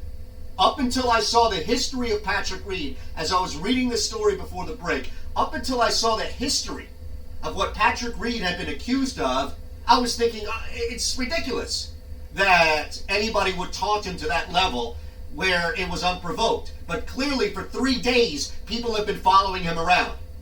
This would be like if Tom Brady, if the Patriots were an individual athlete, and you could just follow them around. Would you sit there on 17 and wait for the Patriots to come around? Or would you follow the Patriots from 1 through 18, especially as this guy just won a Masters in 2018, and heckle the you-know-what out of him? You cheaters, Spygate, spy. It's the same thing. The same exact thing, except his caddy lost it. At Shander Show is how you get me. The Twitch channel's up, Maze at Aton. You can hit us up on the line, 800-224-2004. I don't think the fan in this case, again, according to the story, the first physical altercation came from the caddy. Meaning, if all you said was, you bleeping suck, and that got you punched in the face, or that got you shoved, and then you're responding and protecting yourself, I don't know how you could be at fault here. Aton Shander, SB Nation Radio. I was at the Derailed this morning, went to the dentist. She did say I needed to floss more. Every dentist's advice to every patient they have. Do you know anybody who flosses after meals? Why did you use a toothpick? Same thing. Completely. Oh, that big run might get him a field goal, huh? Similar concepts. No, perhaps. A toothpick floss. No. That's like comparing a butter knife to a sword. Like, that's a bit extreme. Toothpicks cannot get in between your teeth. Before we had floss, the cavemen used to use the toothpick. They had to do something. Cavemen didn't floss or toothpick. And you know this? Just scientifically, it's been proven. All their teeth fell out. What do you mean they had no teeth? Yes! They all fell out because they rotted out of their head. If they live long enough for it to rot out of their head. This is news to me. Everything in history is news to you. The toothpick eventually turned into the floss. No, that's not what happened at all. It's a story as old as time. The main event, weekday afternoons at 4 Eastern on SB Nation Radio. The main event. Do you think Trump watches NFL Red Zone? I bet he watches the Giants, bro. That'd be the biggest downgrade downside of being president is all the stuff you have to do when good sports is on. That's why I could never be president. That's why I wouldn't be able to govern the country when I had to, keep track of, what the Yankees were doing on a Tuesday night in mid-June. That's the reason. That's why I went wrong. I would never do that to the country. The main event, weekday afternoons at 4 Eastern on SB Nation Radio. This is Straight Heat. This is what the Cowboys have become. A team that has no heart. They have no guts. They have no backbone. They are the spitting image of their head coach. And Jerry Jones, who's always been a pioneer, always been the guy who's going to put his stamp on things, the guy who's going to make it work. Jerry, all of a sudden, lost the cojones. All of a sudden, that guy doesn't have the guts to get rid of a bum head coach who's dragging his team down. As long as Jerry continues to leave things the way they are, he is accepting the train wreck that his team has become. Super Bowl aspirations, only if they're playing on Madden. Straight Heat with Patrick Creighton. Weekdays from 1 a.m. to 6 a.m. Eastern on SB Nation Radio. SB Nation Radio. Headed to Texas to watch your team play, but don't know where to go for that pregame drink? Visit CultureMap.com for all of the hottest spots in Houston, Austin, Dallas, Fort Worth, and San Antonio.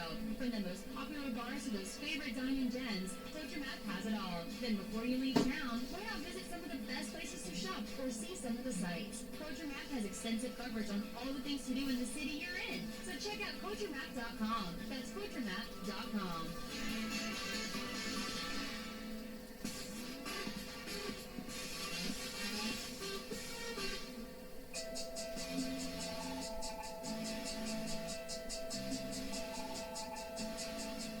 Dealing with the root of the issues. It's the second level on SB Nation Radio. And on SBNationRadio.com. Presented by Rocket Mortgage by Quicken Loans. From the O'Reilly Auto Parts Studios, here's Eitan Shander. I got a couple more answers that are interesting here that I wanted to kind of throw out. And again, we'll have to test it.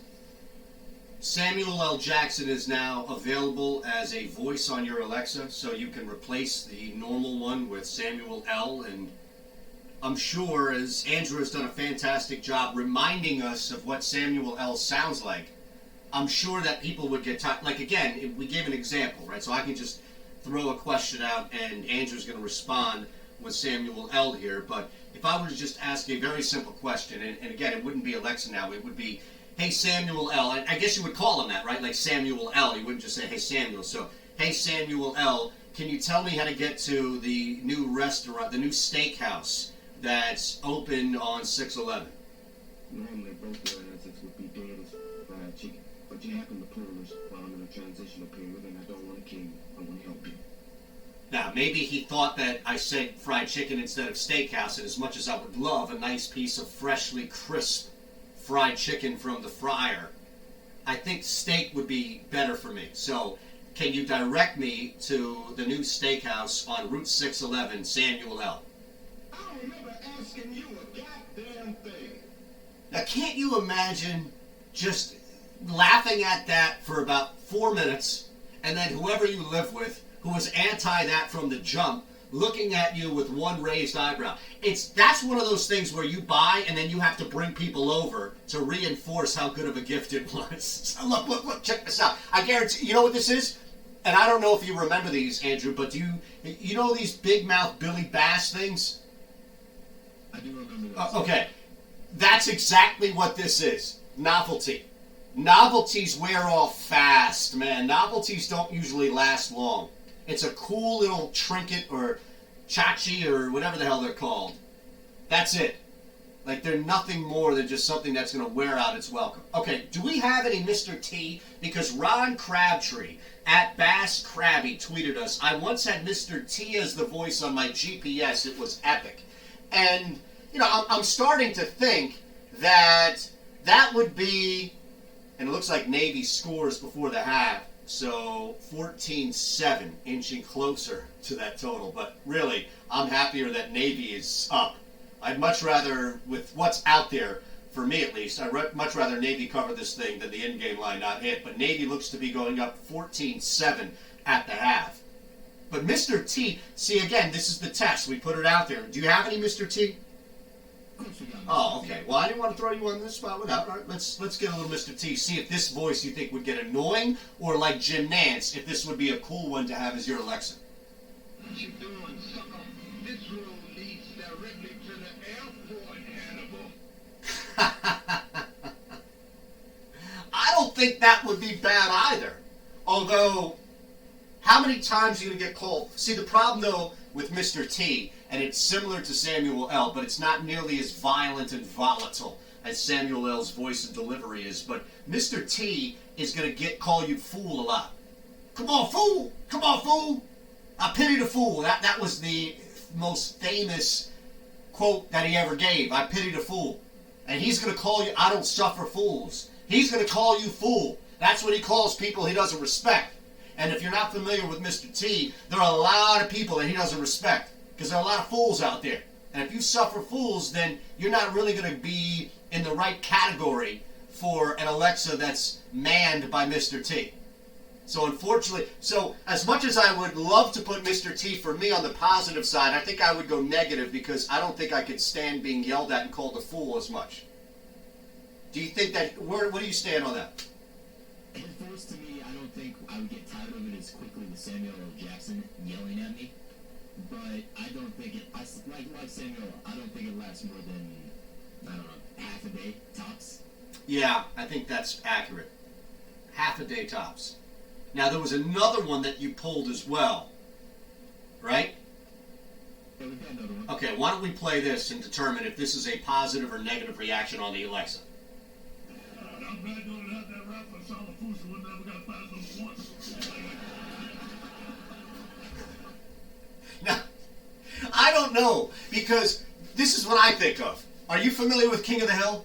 Yes. Coach O is Boomhauer, is he not? Yeah. So I don't know if I would want Coach Orgeron or Boomhauer in that case.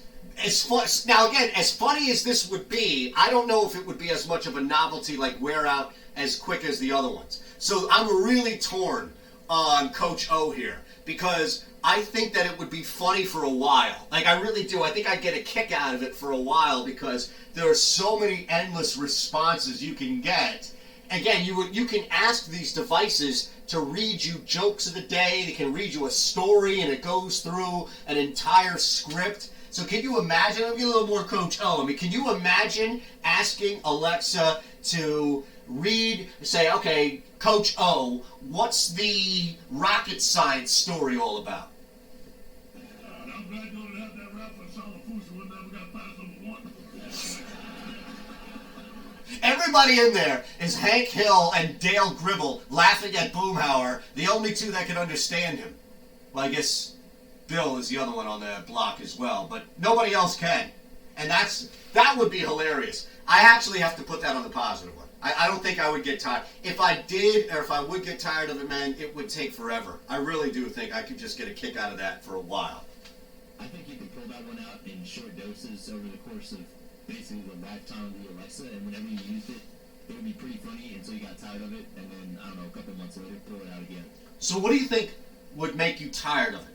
Would it just be hearing it over and over? Because think about it, it's not even like he's yelling at you with Samuel L. or this annoying tone like Fran Drescher, right? Or Gilbert Gottfried. I think for the fact that I wouldn't actually be getting the information I wanted until I listened to it about 5 times. You know, I think that's probably the smartest observation that's going to be said or made on this show today. And I'm saying, as far as everything that I'll bring up from a sports standpoint, which I don't know why people listen anyway, this is what the real thing right now is the story that broke on Friday about Samuel L. taking over your Alexa. But I digress. That is a very astute observation, my friend. And I think you're right. After about maybe a month, you want this thing to start working again, right? You can't ask at Coach O for the weather and get that, can you? Yeah, I wouldn't know what the hell I was putting on. Jabari Davis is going to join us next. I wonder what his response will be, because you know damn right we're going to ask him. Nice, man. That's great. O'Reilly Auto Parts will It's really fun playing all those little clubs. Good, man. Good. I'm glad you're having fun with it. I'm sorry, I'm putting you to work, but I have zero doubts with you. You're fantastic. So, Hey, no worries, man. let me see. Are there any other ones? Oh, do you have? All right. So, if I give you two, could you grab them? Jennifer Tilly and Pee Wee Herman. Okay. Thank you. I'll try to grab those there, Jabari. Perfect. Thanks. And we want to help your house feel more like a home with some of the lowest refinancing rates ever. Rates have dropped so much that many Americans can reduce their rate. You may be able to save money on your monthly mortgage payment right now. The rate today on our 30-year fixed-rate mortgage is 3.99%. APR 4.18%. Call us at 800-QUICKEN or go to rocketmortgage.com. Rates subject to change. Pay 1.375% fee. Receive this discount rate. Call for cost information and conditions. Equal housing lender. Licensed in all 50 states. NMLS number 3030. Warning, if you're drowning in debt you can't afford, do not let the credit card companies trick you into thinking that you have to pay it all back, because you don't. What the credit card companies don't want you to know is that there's actually a way to get debt-free without paying off your entire debt or going bankrupt. If you have $10,000 or more in credit card debt, you now have a right to let us settle that debt for a fraction of what you owe. For free information, call Credit Associates now. 1-800-959-5285. We'll even show you how much money you could save. If you can't afford to pay off all your debt, do not let the credit card companies trick you into thinking that you have to. Call Credit Associates now for free information on how to get debt-free faster than you ever thought possible without debt consolidation or bankruptcy. We depend on your success and offer a guarantee, so there's no risk. For free information, call now. 1-800-959-5285. That's 1-800-959-5285. 1-800-959-5285. Hi, I'm Frank Thomas, the Big Hurt. After I left baseball, I just couldn't stay in shape like I used to. Turns out, once you hit 40, your body has less free testosterone, and that can make it harder to get into shape. So I got back into the game with Nugenics. I'm feeling stronger with a lot more energy and drive. You want to get back into shape? Get Nugenics. All you have to do is send one simple text. Frank's right. Just text MAIN to 321321 to get a complimentary bottle of award-winning Nugenics, the #1 selling free testosterone booster at GNC. Its unique man-boosting formula is powered by Testofen, a patented key ingredient clinically researched to help a man feel stronger, leaner, more energetic, and more passionate. And guys, Sure, I'm still working on Jabari. Give me 1 second. No problem. Those are not available in stores. To get your complimentary bottle, text MAIN to 321321. That's MAIN to 321321.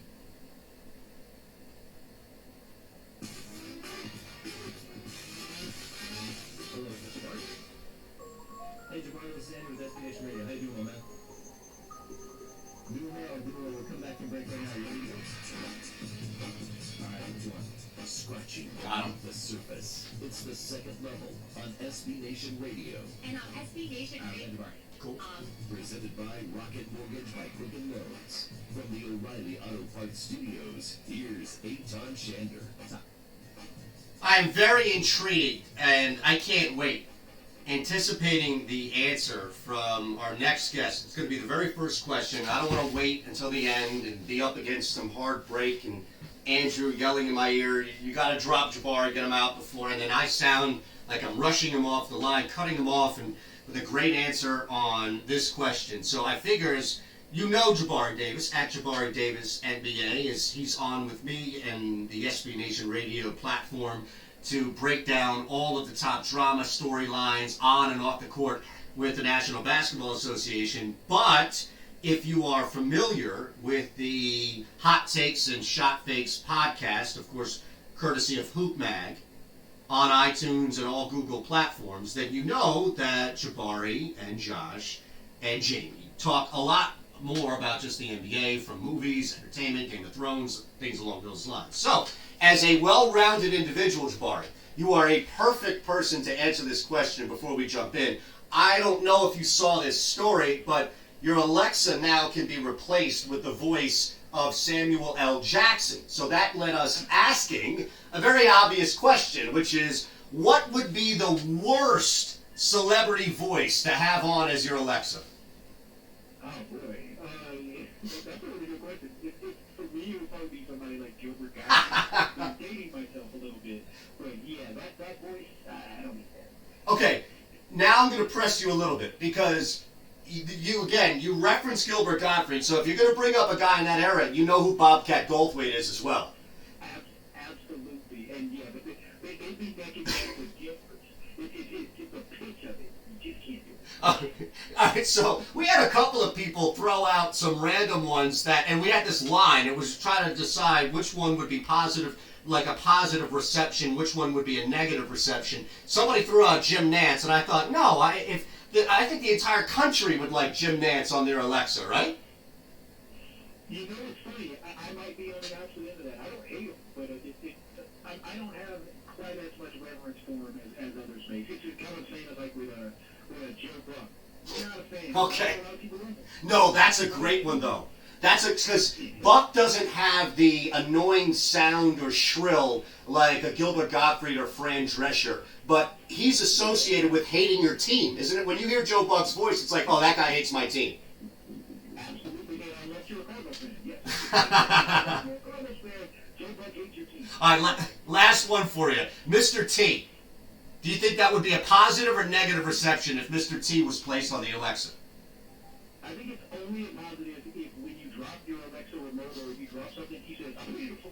It's the only way you can deal with that. Yes, I went for it. I'm that corny. Listen, man, you're about 8 minutes too late because I already did a bad I Pity the Fool impersonation, so join the club, man. You're talking to somebody who grew up watching the 18, so I can't help it. Me neither. And you know what? When did you realize on the 18 that nobody was going to die? Like, at what point did you realize? Because I'm 40. I just turned 41, so I don't know. It sounds like we're in similar age group without dating yourself.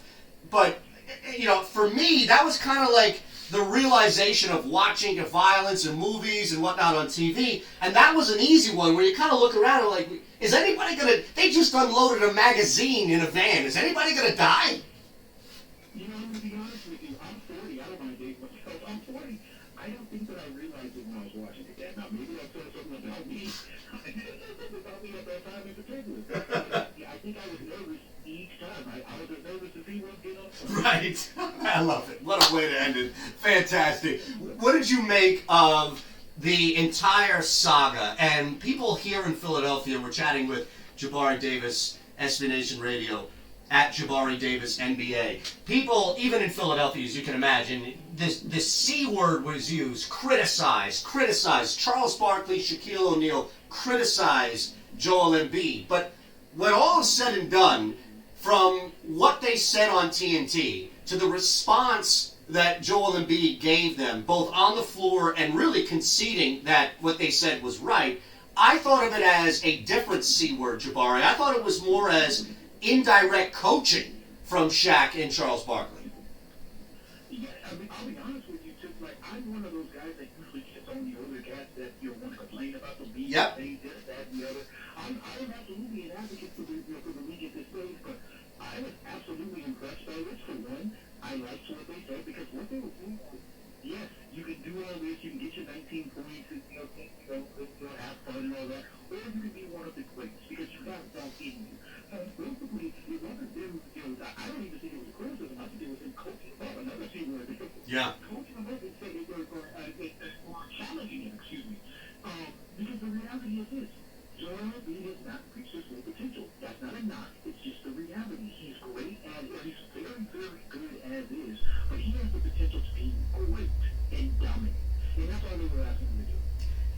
Okay, so let me tag on to that, because again, I say this as you know, we talk here in Philly as well as on SB Nation Radio, Jabari, and I wear the fandom on my sleeve of the Philadelphia 76ers, so I think we got the next night, and I don't know what you make of this, but he was out there for 31 minutes against the Pelicans team that's really bad on the road, and it's back to 24 points, and just kind of be like, it's not a bad 24-11 is not a bad night, but again, you're not going to get talked about like those other names if you kind of fall back with one of those performances fresh off of nearly dropping 40 the night before.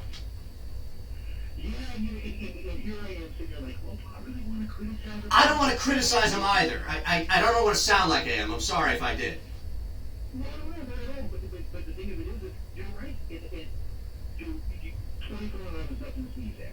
if that's what he would have put up, if that was his like ceiling, there we go. But we all know he can do better. We all know, regardless of the matchup, it does not matter the matchup. Joel Embiid, in my honest opinion, in the post that's around the court, has an advantage on 99% of the nights. So, in particular, against the Pelicans, the New York Pelicans at that. So, no. I don't think it's, I don't feel like in your first couple of years in the league when you're a phenom, you have a great night. It's like, hey, that was a great night, and you can't wait for the next one. But then once it's time to, put the children to bed and get to work, it's like year 4 and 5, it's like, no, this is an expectation. And circling back to, what Chuck and what Shaq said, them holding him to a higher expectation is the ultimate sign of respect. And to his credit, once again, he took it well. He actually showed a great deal of maturity. So, none of us want to criticize him, but we all just want to see the best from him. Is there any other, and I guess Anthony Davis is the easy answer, but they do play different. Is there anybody like Embiid who, despite his ability to even put it on the floor, let alone shoot from the outside, is predominantly a 5, where we are talking about them on a nightly basis? And I know Anthony Davis floats around a little bit and has that luxury of being more athletic and being able to get away with some things with the basketball in his hands that Joel Embiid, just because of his size, can't. But is that an unrealistic ceiling, I guess is what I'm asking, to be in the nightly conversation of LeBron, Kawhi, Luka, Giannis, Harden? Well, here's one for you. Why is it fair for us to expect it at this stage from Giannis? I recognize we don't look at them as the same type of players. They're both over 7 foot. Both of them were gifted 6'10", 6'11", 7 footers. They can do all types of things on the court, impose their will on a nightly basis. We're getting that from Giannis, and look, I don't want to make this about Embiid's not living up or anything like that, but I'll just say this. If Giannis can go out there and give you 34 a night, with double-digit rebounds and do everything out there on a regular basis, so can Joel Embiid. Jabari Davis joining us at Jabari Davis NBA. Hot Takes and Shot Fakes, Hoop Mags podcast on iTunes and all Google platforms, Eitan Shander, Expedition Radio. What is going on with James Harden? And not James Harden himself, but these conversations that seem to... you go on Twitter, and that's the worst barometer for anything in life. I understand that, but right up on on TV and just as far as columns and the national stuff that's being talked about, why does it seem like he's been put more in a negative light this year than not? There's an awful lot of folks that, for one, they never want to admit when they're wrong. I'll be honest with you. I think the best sports personalities. I'm not saying it's someone that's wrong all the time, but it's someone that can acknowledge, like, hey, I got that wrong, or I was off on that, or I was off a beat on this.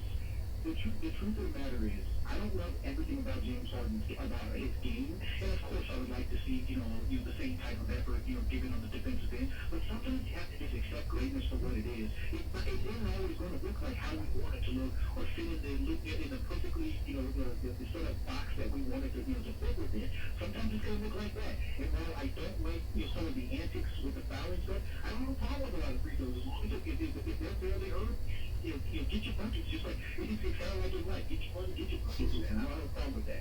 There's going to be folks that are always going to find something to nitpick and always going to find something to complain about. The truth of the matter is, you would be hard pressed, and I know that there are going to be people that get upset about this. You'd be hard pressed to find 10 better offensive players in the modern age of basketball. I'm not talking about all around players. I'm talking about on the offensive end, the ability to score, the ability to distribute, the ability to create offense and generate offense for yourself as well as for your teammates. You'd be hard pressed to find 10 better ones in the modern age of basketball. I'm surprised you went 10, Jabari. I thought you might say 5 or even 3. I could have. I edged.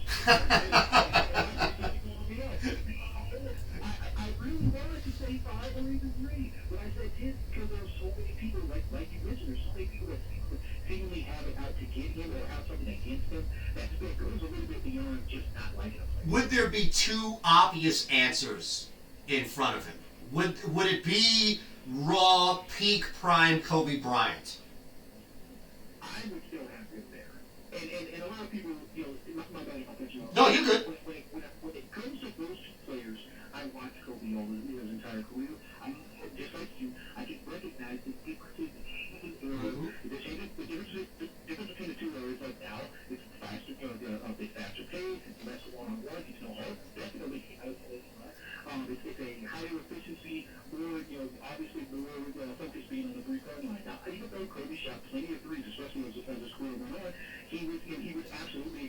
lot of shots that at today's standards would be inefficient or less efficient shots, and they quite frankly, we've learned that you don't necessarily need to rely upon on such a regular basis. But if you're just talking about, like, you line them up, who do I need to go get me, to go get me a game? Not just a bucket, but go get me a game. I still, but honestly, after Kobe, man, like Kevin Durant, and obviously he has the advantage of being 7 foot. I got one. Go for it. Allen Iverson. Especially given where we are speaking. Well, no. Listen, I'm just doing the show from Philadelphia, but this is broadcast across the national audience. So there will be, if you were to rip Philadelphia, Jabari, there would be plenty of people listening right now that'd be like, "That's right, let those idiots have it." But you know what's funny? I was an AI guy. I was absolutely an AI guy. So I'm biased on this one. I love the game. I love everything about the game, like what he did for the culture of the game and all of it. A lot of people now, they want to nitpick and say, like, look, the guy was, pound for pound. That's all I'm going to say, pound for pound. So, yeah, I would have Iverson in that same conversation. But truth be told, out of respect to Hart, right. Man, like, he might be 2 or 3. He really might be 2 or 3. Jabari, last one for you, my friend. Best team right now when fully healthy. Who is the best team in LA? No, I'm saying right now, the ridiculous, unnecessary, completely premature champion prediction on December 14th from Jabari Davis. Who is the better team to make the run to the NBA Finals, the Lakers or the Clippers when fully healthy? I think the Lakers are going to get them, and here's the reason why. I think the Clippers, across the board, probably have the best roster. And they do. That depth is incredible. But you and I know when you get into a series, you're not going 10 deep. You're going to shorten that, and sometimes you're going 7, 8 deep. Depending on the circumstances. I'm not saying that that all of a sudden they're going to be a huge disadvantage. But when I take top peak for peak, if I'm looking at, I love Kawhi, I love Paul, I love what Paul George brings to the game, I love what Travis brings to the game. I've got to lean to the Lakers. Go ahead and call me the Hollywood Homer. No, I like it, man. I got a futures bet on the Lakers. I feel better about it now.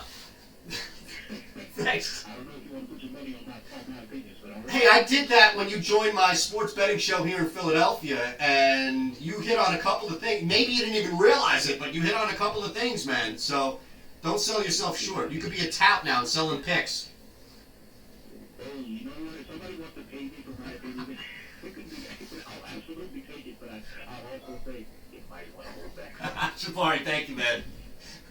No problem, thank you. At Jabari Davis, NBA. We'll wrap the hour next on SB Nation Radio. The main event. Concert t-shirts and special. All right, so I've got Pee Wee and Jennifer Tilly. If you want Yes, to come out yes, in this yes. hour, or I don't know how much time we're gonna have this little segment. Yeah, that's fine. Let's save it for the next. He's $40 for a t-shirt? A t-shirt. You realize how much money that is? So let's. A lot of movie clips with Jennifer Tilly. So it's just like her, like a clip of her, like getting super excitable in the interview. Yeah, that's fine. Okay. In there, or got free tickets to go, that typically wouldn't buy the tickets because a gazillion It's dollars. a fun conversation, man. Yeah, he's great. 75, $80 for t-shirts. He really is. He's funny too. In my day, Jose, they weren't $80. Okay, and the artist stood outside and sold it out of their trunk for $20, and there wasn't no Venmo and Cash App. You had to have 20 in your hand and hand it over to them. Because back in my day, the people cared about the people. The main event. Weekday afternoons at 4 Eastern on SB Nation Radio. This is Street Heat. I think the Eagles gonna lose, man. Baseball wants the To the Skins? Yeah. Onyx to steal signs. Rob Manfred wants to. They almost tried their hardest against the Giants. An example out of it. I was on a plane, so I didn't get to see the game, but from what I heard, it was really, really nasty for just about the whole thing. P.M. Eastern on SB Nation Radio. SB Nation. What's the vibe like in Philly? Are they, I mean, are people getting to the point where they almost want to change from Wentz? Or are they realizing that there are like significantly like more difficult like circumstances that are around that it's not just Wentz? It's. We should do that. We should do that in this next hour. Why don't we do that? Why don't we go Houston, Philly, like, and then Eagles, Skins, and then from Jeff Erickson is going to join us. These people, and it's always like a sad story. And so what inspired you to do this? My mom loved Christmas, and every year she Dad loved Christmas. Dad loved Christmas too. Like, yeah, right. Exactly. We were just cranky the entire time because we were the ones looking at the bill going, you spent what? Yeah, that's right. That's exactly right. SB Nation AM with Tony D. Weekday mornings from 6 to 10 Eastern on SB Nation Radio. The main event. He's our guy, Hudson Mason. Hey, are you all on this big Disney Plus kick that everybody's on? No, I'm not. I'm a cheap man by definition. All right, so with that being said, Hudson, right, you consider yourself a cheap man. Did you ever have to take out a loan while you were in college to pay for somebody to attend one of your games? What's the statute of limitations on that? The main event. Weekday afternoons at 4 Eastern on SB Nation Radio.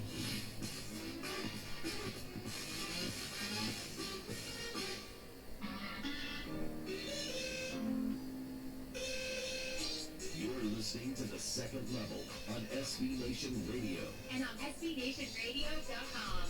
Presented by Rocket Mortgage by Quicken Loans. From the O'Reilly Auto Parts Studios, with way more than the scores. Here's Eitan Shetty. I guess you would have to define the modern era. I took it as post-Jordan.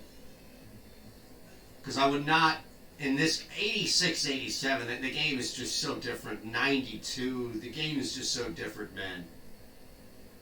Allen Iverson, I think, is probably the closest. Look, 05 was when Allen had that insane season for himself, at least. And that's not terribly long ago compared to something that happened 24, 5 years ago. But Harden is and I just don't know why there continues to be negativity surrounding it. So here's what we'll do. Coming up, I've got questions about Houston sports. Andrew has questions about Philadelphia sports, and we're going to answer them and hopefully give you out there the answers you require as well, and more voices you would not want to have on your Alexa. Ask Shander Show on Twitter. It's SB Nation Radio. All right, buddy, I'll be right back.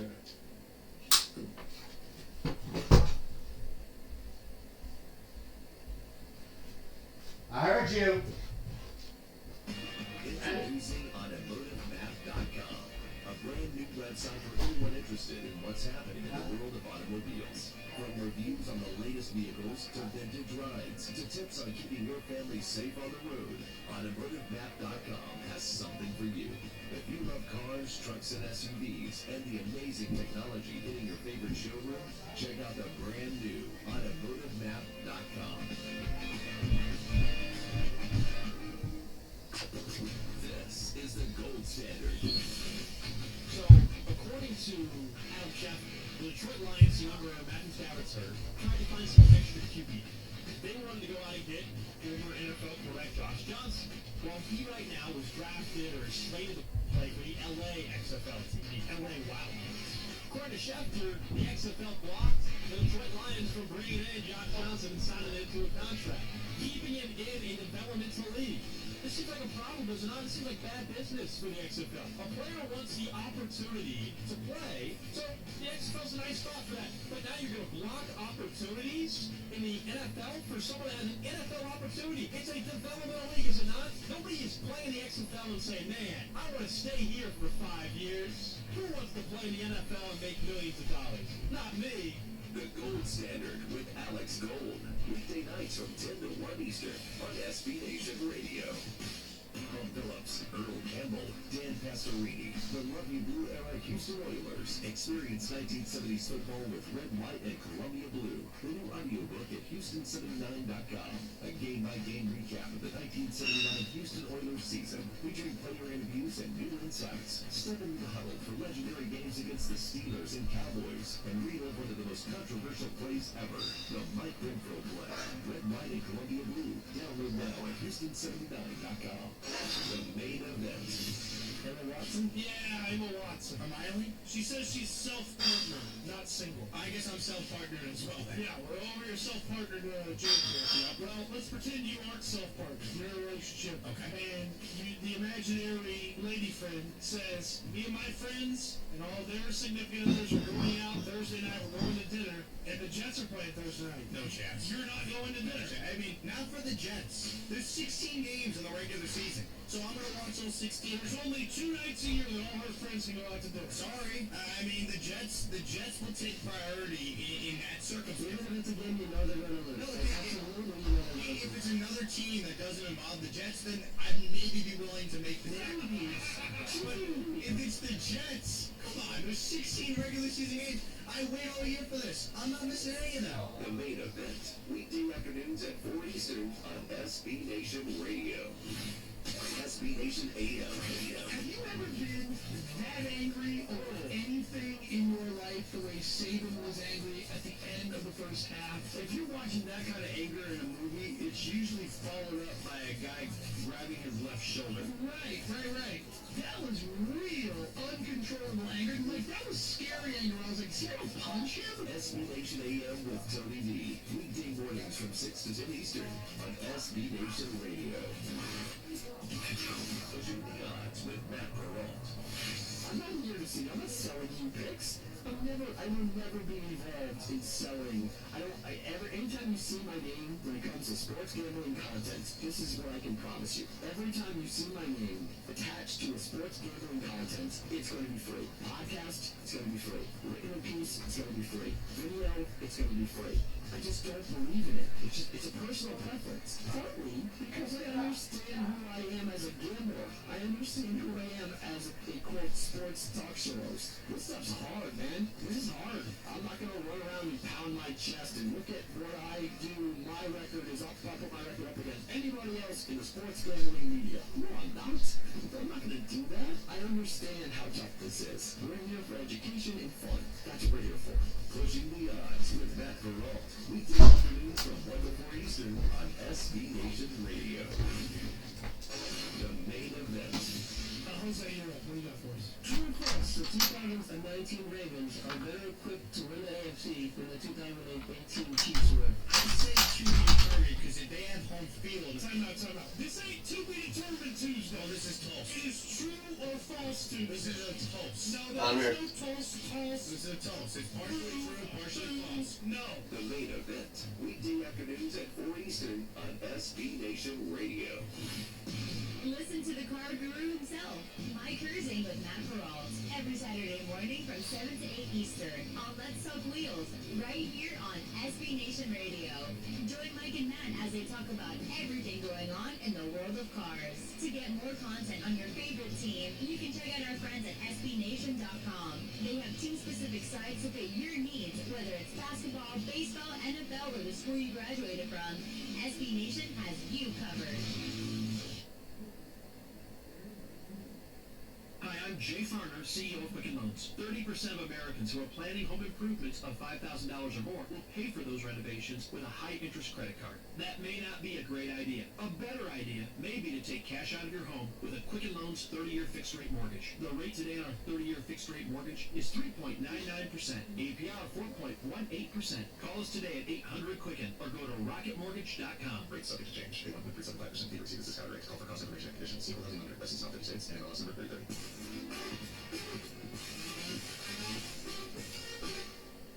Set your system's volume control for slightly above the normal listening level. Let's go. Second level thinking is defined as looking beyond the easy, obvious conclusions. You gotta do some smart thinking. Welcome to the second level. On SB Nation Radio. And on SBNationRadio.com. Where we go beyond the box score. Presented by Rocket Mortgage by Quicken Loans. Rocket Mortgage is with you every step of the way. From the O'Reilly Auto Parts Studios, here's your host, Eitan Shander. Army, Navy, back in action. So, for those of you who took the in-game total, for those of you who took the points given to you by the books from Army side or Navy, if you were laying double digits, back in action. It's been a low-scoring affair. It's the lone game we have outside of that 9-3 North Dakota game. But other than that, we've been making do because there are things happening in the world of the NFL. The NBA, as you just heard a couple of storylines we touched on with Jabari Davis, but far be it from me to judge or rank or place in any hierarchy the best story for me today by far is what happened in Melbourne, Australia. From an entertainment and also discussion standpoint, Patrick Reed, a golfer in the PGA, who was nailed for cheating the week prior in the Bahamas, on video twice kicking his ball to improve his lie, has been ridiculed for 3 straight days, and it culminated with a fan as they were driving by, they being Reed and his caddy. A fan yelled, "You bleeping suck," right to them. Now again, Reed has been caught cheating twice. Same camera, caught him twice, kicking the ball. Improve your lie. So of course there was going to be repercussions, fallout from that, feedback, maybe not as positive as they would expect. And the caddy got off the cart, he lost it, he shoved the guy, and clearly he couldn't handle himself. So what looked to be a caddy sticking up for the golfer and protecting a golfer turned out to be yet another example of somebody unable to control themselves in public. And instead of letting a very valid attack slide down the shoulders of both he, the caddy, and the golfer, Patrick Reed, they chose to stop the car. Shoved the fan, slugged the fan, the guy's off the bag, and Reed is distraught, and rightfully so. You know what the moral of the story is? Don't cheat. You know what?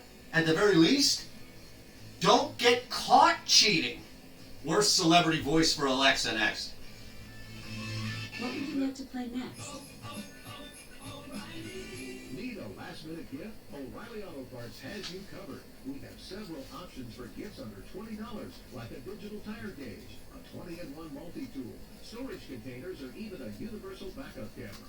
Or you can't go wrong with an O'Reilly gift card. O'Reilly Auto Parts, better prices every day.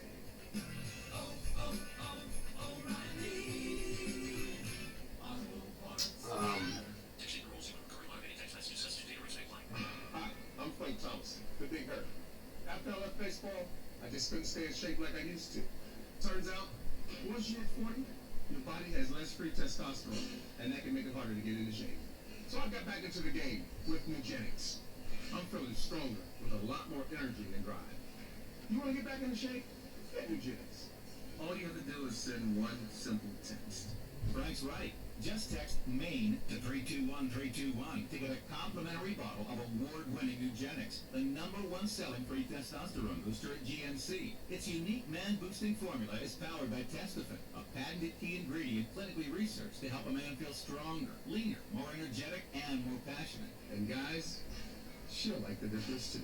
Nugenic samples are not available in stores. To get your complimentary bottle, text MAIN to 321321. That's MAIN to 321321. Warning, if you're drowning in debt you can't afford, do not let the credit card companies trick you into thinking that you have to pay it all back, because you don't.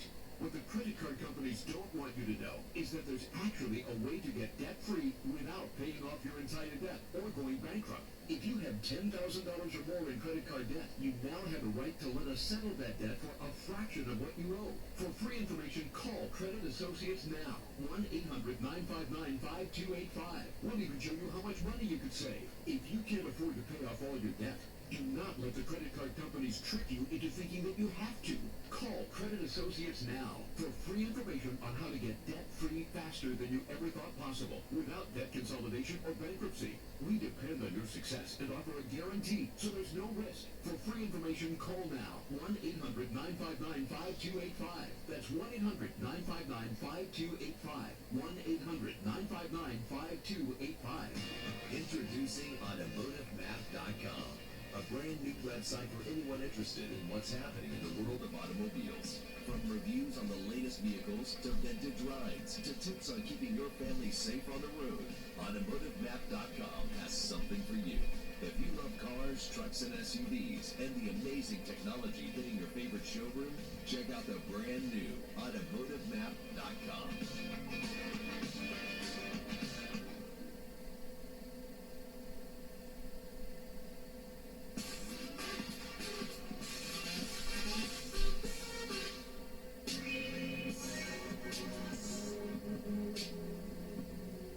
Dealing with the root of the issues. It's the second level on SB Nation Radio. And on SBNationRadio.com. Presented by Rocket Mortgage by Quicken Loans. From the O'Reilly Auto Parts Studios, here's Eitan Shander.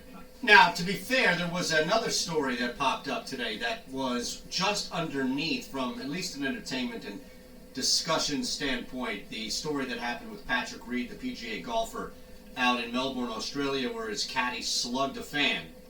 And that's Marcus Peters, the Ravens cornerback, traded this year, mind you, Baltimore Ravens cornerback, fined for drinking beer with fans following that win that they had against the Bills. So they're already past it and now moved on with everything in that Jets. But other than that, I think you'll have to look at least, for the most part, that story is as ridiculous on the surface as it is when you start to look deeper into it. There's nothing, he then did it. There's nothing like that. It's not like the Patrick Reed story where initially you see, well, this guy, unprovoked, my goodness, he was just assaulted, verbally assaulted. No, there's some detail, there's some history to that. In this case, Marcus Peters was fined nearly $15,000, or just over $14,000, I guess. Let me get the actual amount, $14,037, for drinking a beer with fans to celebrate his win-sealing pass breakup against the Bills. It's hard for me to think that there's anything more ridiculous as far as fining for celebrating than that. And it's only because of the beer and the alcohol and the stuff of the NFL. But my goodness, from a creativity and crowd involvement standpoint, that goes a mile. And if I'm a Ravens fan, that's all I want to do now, is sit front row end zone and make sure I've got a cold beer to hand over to any Ravens player who's going to jump into the end zone for doing whatever the hell they want. Hey man, special teams tackle, you prevented a player from taking the ball an extra 6 yards. You want to pop the guy, come on over to the end zone for another pop? Go ahead. It's fine by me. That's the new celebration. That's the bare minimum. And $14,000 to do that every time. If I'm making Peters money, I guess it adds up at some point, and I shouldn't tell somebody else how to spend his money. But I'd write that check and laugh. Absolutely. It's almost like whoever is in charge on the Ravens of paying these fines, because it ain't Marcus Peters nor his agent, somebody's just going to collect the money of the Ravens and pay it. Just give them a checkbook. Just, here you go. Here's a bunch of checks already made out to the NFL, already signed. You just fill it in. You fill in the blank. A third thing that has been threaded throughout the program today is the Samuel L. Jackson Alexa story. And we talked about this with Jabari Davis when we brought up some NBA stuff. Jeff Erickson, Roto World's going to join us at 5:40 Eastern, and I'll ask him this as well. I wonder if he goes Gilbert Gottfried, as Jabari did initially. But again, Jeff Erickson, RotoWire Fantasy Sports Today, rotowire.com, at Jeff_Erickson, 540. Before that, though, as mentioned, we'll go back and forth, Andrew and I, because some questions with Houston, some questions with Philadelphia. But the Samuel L. Jackson story was his voice is now available. Like, I think it's Cookie Monster, Mr. T, some others are available on your Waze app.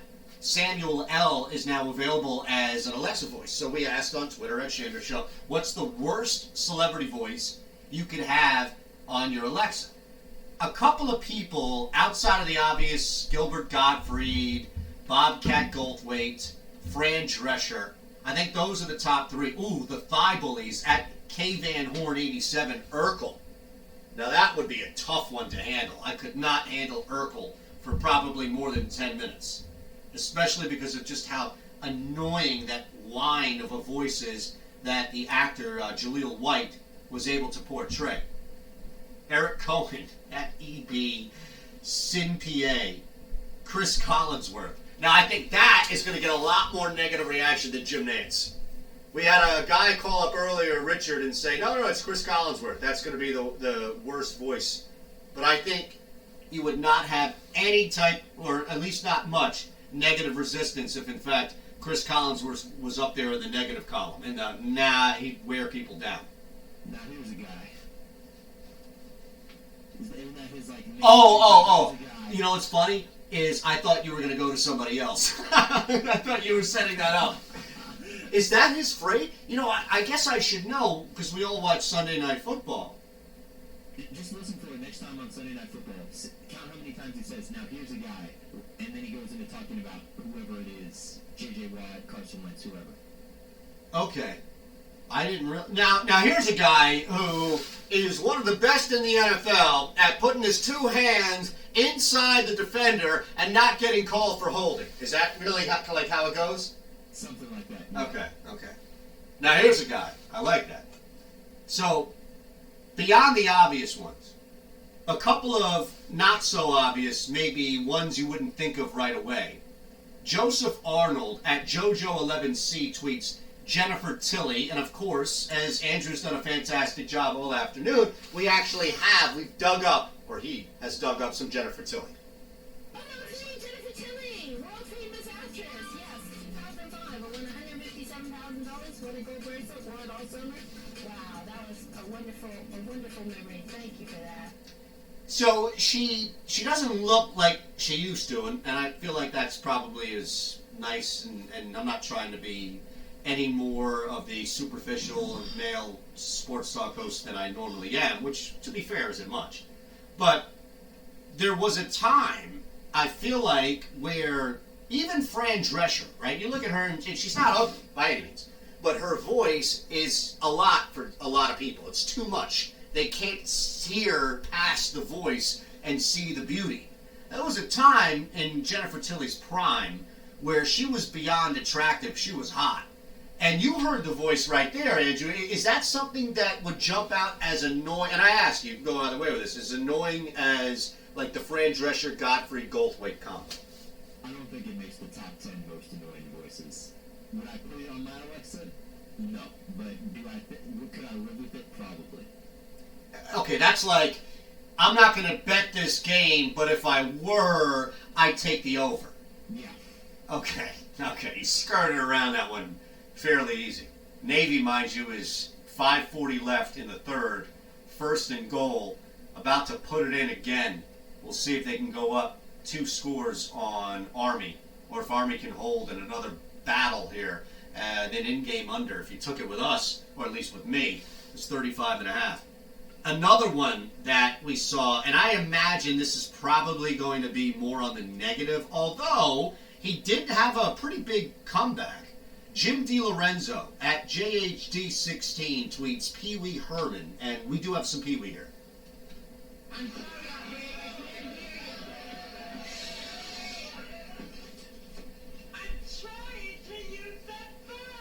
Pee Wee's Big Adventure.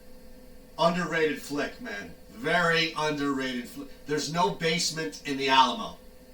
Very underrated. I guarantee you that that's one of the biggest, I don't know if I want to say biggest, but that catchphrase associated with a cult classic movie, it's right up there at the top.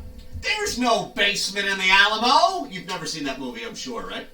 Oh, no chance. No chance. Zero chance. But you heard his voice there, and you've heard his voice before. I would imagine that, like, I can't imagine anybody, let me phrase it like this, I can't imagine anybody, and Navy did score, so pending the extra point, which I'm about to watch go through, 21-7, Navy with 4:50 left in the third quarter. But I can't imagine anybody thinking Pee Wee Herman's voice would be soothing enough to place on the Alexa, right? No. There's no skirting around this one like I did. No. That one is completely out. I love it. All right. Ed Shander Show is how you can suggest more. We've got a bunch here coming on right now. Now, I gave you my NFL trap, which was everybody, including all the money on the Denver Broncos, thinking they're going to ride this momentum and keep it going. Matt from Easton tweets, at @the_world_ of MC. San Fran over Atlanta is a huge trap. You know, Matt, I agree. I was looking at that as well. I decided to go with the Broncos only because I didn't think that they had done much to warrant this amazing benefit of the doubt, and the letdown, perceived letdown the Chiefs would have does not apply at all to a Broncos team who lit up a much better Texans team in Houston last week. But this, I think, is fantastic as well. It's a great observation by Matt here that the San Francisco 49ers, after surviving that shootout, in which both sides left exhausted. The offense, the defense, and now going up against a team in Atlanta who, as bad as they are, I don't even say have been, but as bad as they are, they're so capable. You've got a healthy Hooper back now. They are so capable of getting 12 to 14 points on the back door before you even blink. And yes, you might be able to go up 28-7 on them. You might be able to comfortably lead the game 35-10. But man, if they don't come back and get you 10 to 14 points in that fourth quarter, well, you're just coasting. That's been an easier achievement for them than the Denver Broncos, who are faced with a very difficult task, insurmountable in my opinion, despite getting 10, 10.5, even with a hook, wherever you may be. All right, coming up, we promised this before we get to Jeff Erickson. Andrew has a question or two about Philadelphia. I have a question or two about Houston. We'll do that next on SB Nation Radio. Bye, but I'll be right back. Hold on. The problem with snow is this. Unless you're a kid, who the hell likes snow? Unless you're a little kid, it's like, oh, I get to go around and play in the snow. Or like, a lot of dogs like to roll around in the snow, whatever the case may be. But who likes the snow? Because if you're an adult, all you get to do is shovel it. Now, skiing maybe, but I'm not a big skier. You go down the hill one time or go down the mountain one time, great, okay? I don't want to go back up there. It's freezing. Why do I want to go back up there and do it over and over again? I never got the intrigue of skiing. I've done it multiple times because my family did it, etc. But I never got into skiing. I don't get it. I don't get the intrigue. Oh, let me go back up on this freezing cold seat that takes me up to the top of the mountain. Then I go down again, and I got all this snow coming to my face, and I'm freezing, and I'm going down the mountain like 3 times. I'm good with once. Okay, once was fun. You go down fast, whatever. But people stay out there the whole day. I never understood it. They'll be out there from like 9 in the morning till 5 in the afternoon skiing. The Break with Brian Barrett, weekday mornings at 10 Eastern on SB Nation Radio. SB Nation AM. Robert on Twitter, Irish and plenty of Detroit footage. Hopper's last known whereabouts was lunch in suburban Bloomfield Township. I'm looking forward to seeing this too. So how do you make it from Bloomfield Township to MetLife Stadium? From MetLife Stadium, the swamps of the Meadowlands. Because isn't he part of the foundation? Yeah, that's what that's the rumor. SB Nation AM with Tony D. Weekday mornings from 6 to 10 Eastern on SB Nation Radio. SB Nation AM. You're married. Would you buy your wife a piece of exercise equipment if she has given you no indication that this is what she wants for Christmas? Not at all. Because I know exactly where that would lead, and I don't want to go there. If your wife said, here's a couple of things I want, and then surprise me, I don't care, whatever. And you went, hey, honey, a treadmill. Hey, honey, an exercise bike. Hey, honey, a diet plan. Hey, honey, like, you... Now, if you wanted to do it where a guy is like, his wife gives him an exercise bike because he's like 275, Yep. and then a year later he's 210, and you can only do this with men, because with women you can't do that. Okay. And the overweight woman riding a bike and losing weight. How much backlash would there be? God, did that. Slaughtered it. They would be slaughtered. I'm not worried about Navy covering it all now, but this under is looking in trouble. Radio. Wait, I'm sorry? I'm not worried at all about Navy covering. I think that's not guaranteed, but with what Army's looking like, Well, Army... they can't move it. No, they can't. To rides, to tips on keeping your family safe on the road. The under, on the other hand, Well, here's the thing. Something for you. If you love cars, trucks, and SUVs, and the amazing technology Shit, in you your know? favorite showroom, check out the brand new automotivemap.com. Look at my damn charger.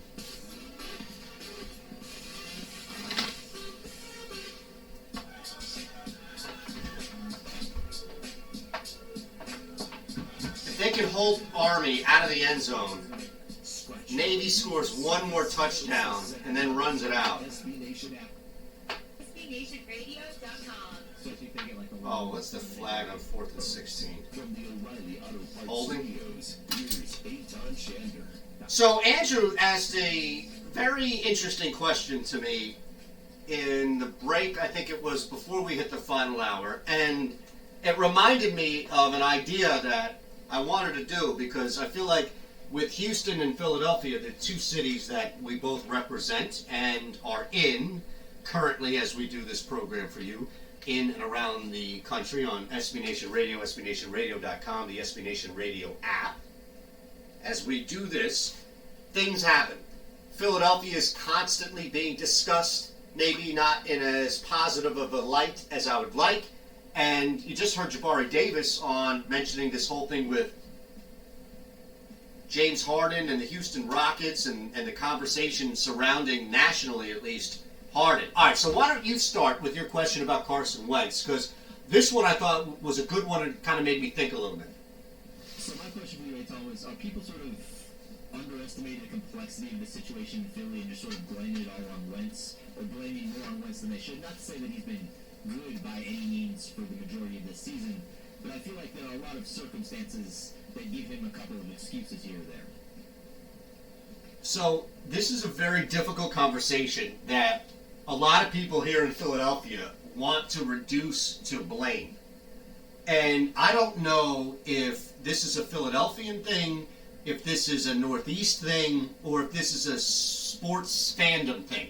But when the Houston Texans lose 38-24 after having their ass handed to them in the first half, is the conversation the next day on our local channel and on the network from the people that are in Houston? I mean, is Cody Stoops banging the drum saying, who's to blame? Trying to find the one person to blame. Is that the conversation? Because that's how it always is in Philadelphia. The day after a loss, we have to identify who the biggest culprit is and then figure out, A, how to fix that person, and if A can't work, how to get rid of that person. The Texans already have their person to blame. It's Bill O'Brien, and it's going to be Bill O'Brien. No matter what. And no matter what. Okay, but last year, let's look at last year, where his seat wasn't as hot, and that's a great point. Because I guess my answer is, I'd say 65%, 70% of the people will tell you that Carson Wentz, if you just saw it last week, is dealing with a ridiculously low level of top-tier talent around him. Boston Scott, Greg Ward, guys pulled off the practice squad. Nelson Aguilar's out this week against the Skins. Jordan Howard is out this week against the Skins. They went up their best right tackle and the best right tackle in the NFL in Lane Johnson. So he has been down a lot of weapons, and that's hurt him. He's also had the lowest productivity of wide receivers at that position in a long time here in Philadelphia. I think in like 18 years. Now, this is a guy who 2 years ago, before he got hurt, was the MVP of the league.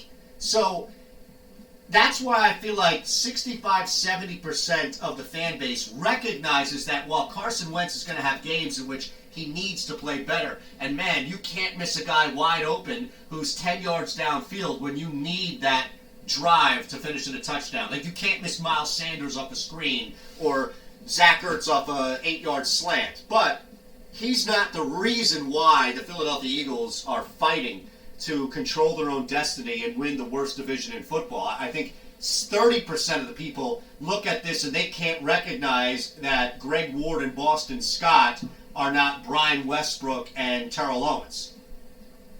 I'm not going to have any Greg Ward slander. Because I was going to say, be careful now. They're listening. University of Houston is all over the show. They've got an alum down there with you, and they know that Greg Ward is going to be a topic of conversation for me.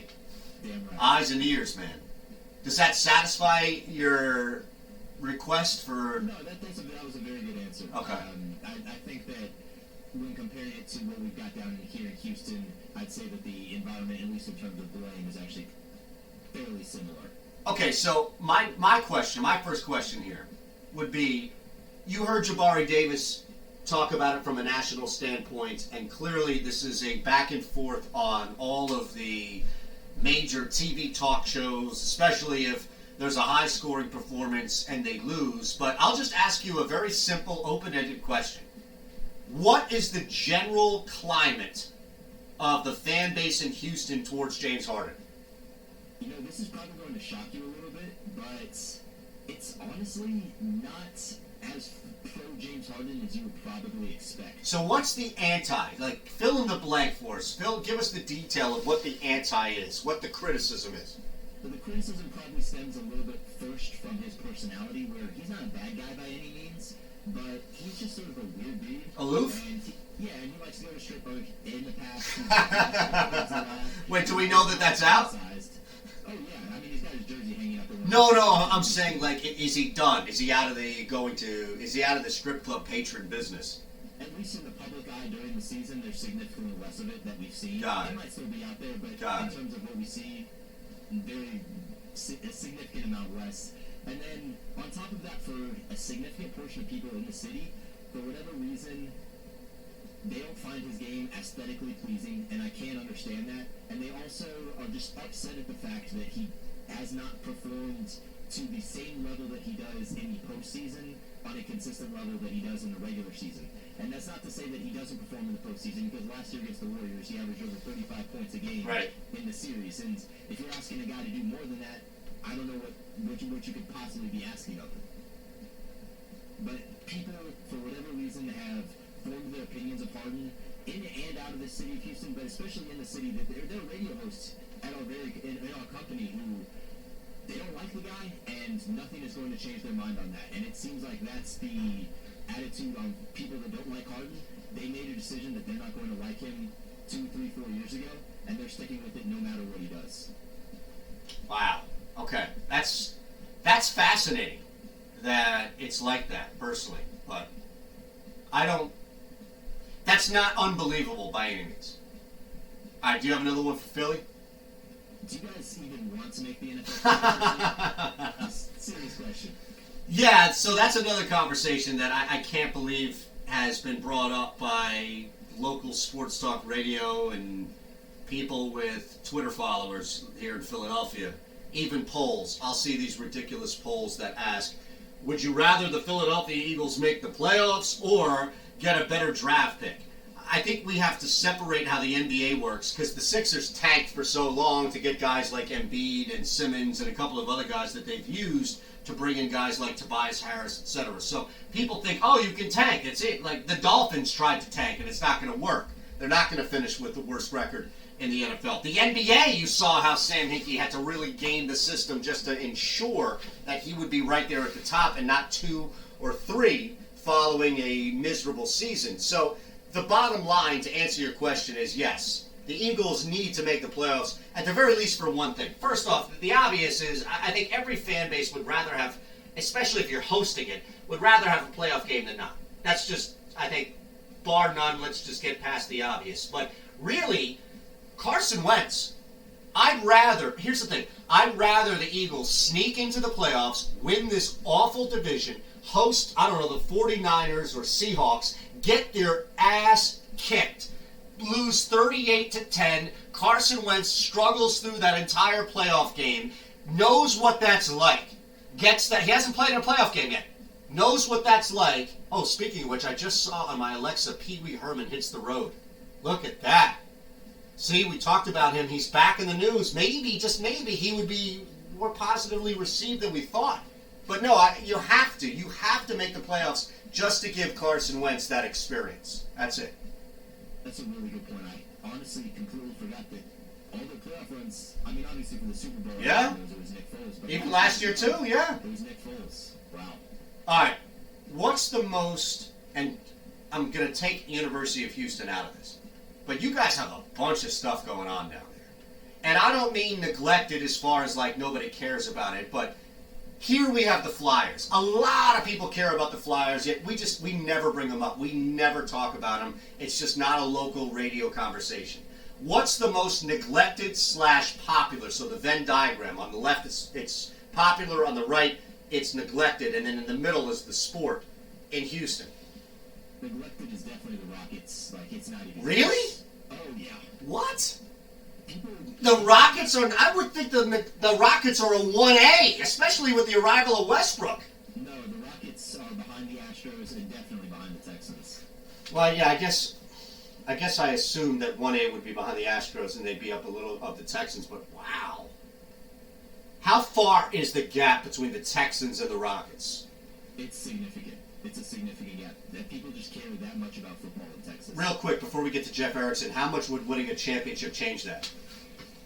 They've already won 2, so not That's a great answer. Jeff Erickson, DFS, talk next. You have his number, right? Oh man, that was fantastic. Yeah, we should do that. We should definitely do that. once a show, man. Even if it's something ridiculous like, man, I saw these guys eat, do you guys really eat this shit or whatever? Yeah. No, you can be, look, you can talk as long as you like. I don't want you to ever think that you got to get in or out, man. Trust me. You hear how long-winded I am. Shit. No, it's fascinating to me, man, because there are people, even within the city, that seemingly won't even, begrudgingly appreciate how great Harden is. Like, the dude just dropped 55 and 54 points in back-to-back games while shooting over 65% from the field in both of them, and you're not even going to fucking acknowledge I don't know how that's possible. how incredible that is. Yeah, I don't get it. Or put some money towards And the most infuriating part of it to me is that some of those guys are local radio hosts in the building. I like them as people, but for whatever reason they've made it up in their minds that they don't fucking like Harden, and that's it. I'm going to criticize this man no matter what. And to me, I look at it as if they hadn't run into arguably one of the greatest teams in NBA history over the past, especially in that CP3 year. If the Golden State Warriors aren't there, CP3 doesn't pull his hamstring. I know ifs, and, or buts, whatever. But that Rockets team to me is probably, I don't know, a top 20, top 30 team all time, at least in terms of single seasons. And it just so happens they ran into a team that was just a tiny, tiny, tiny bit better. It fucking sucks on the timing, but it is what it is. Yeah. College or pro ball today. You're right, though. You have to deal with it. That's the problem with can you imagine Jazz fans? We've got 2 Hall of Famers, and Stockton, Malone, and that's the NBA, man. You're never going to outdo the top 3% in the league. Even if you're the top 4% or 5%. Exactly. It's crazy. No other sport works that way.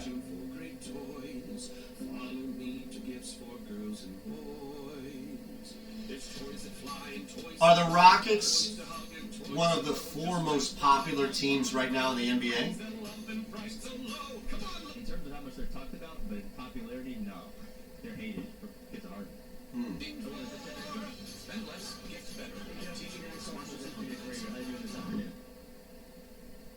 Guys, your girlfriend has a birthday coming up. Don't be basic. We don't like to see the same name brand gifts every year.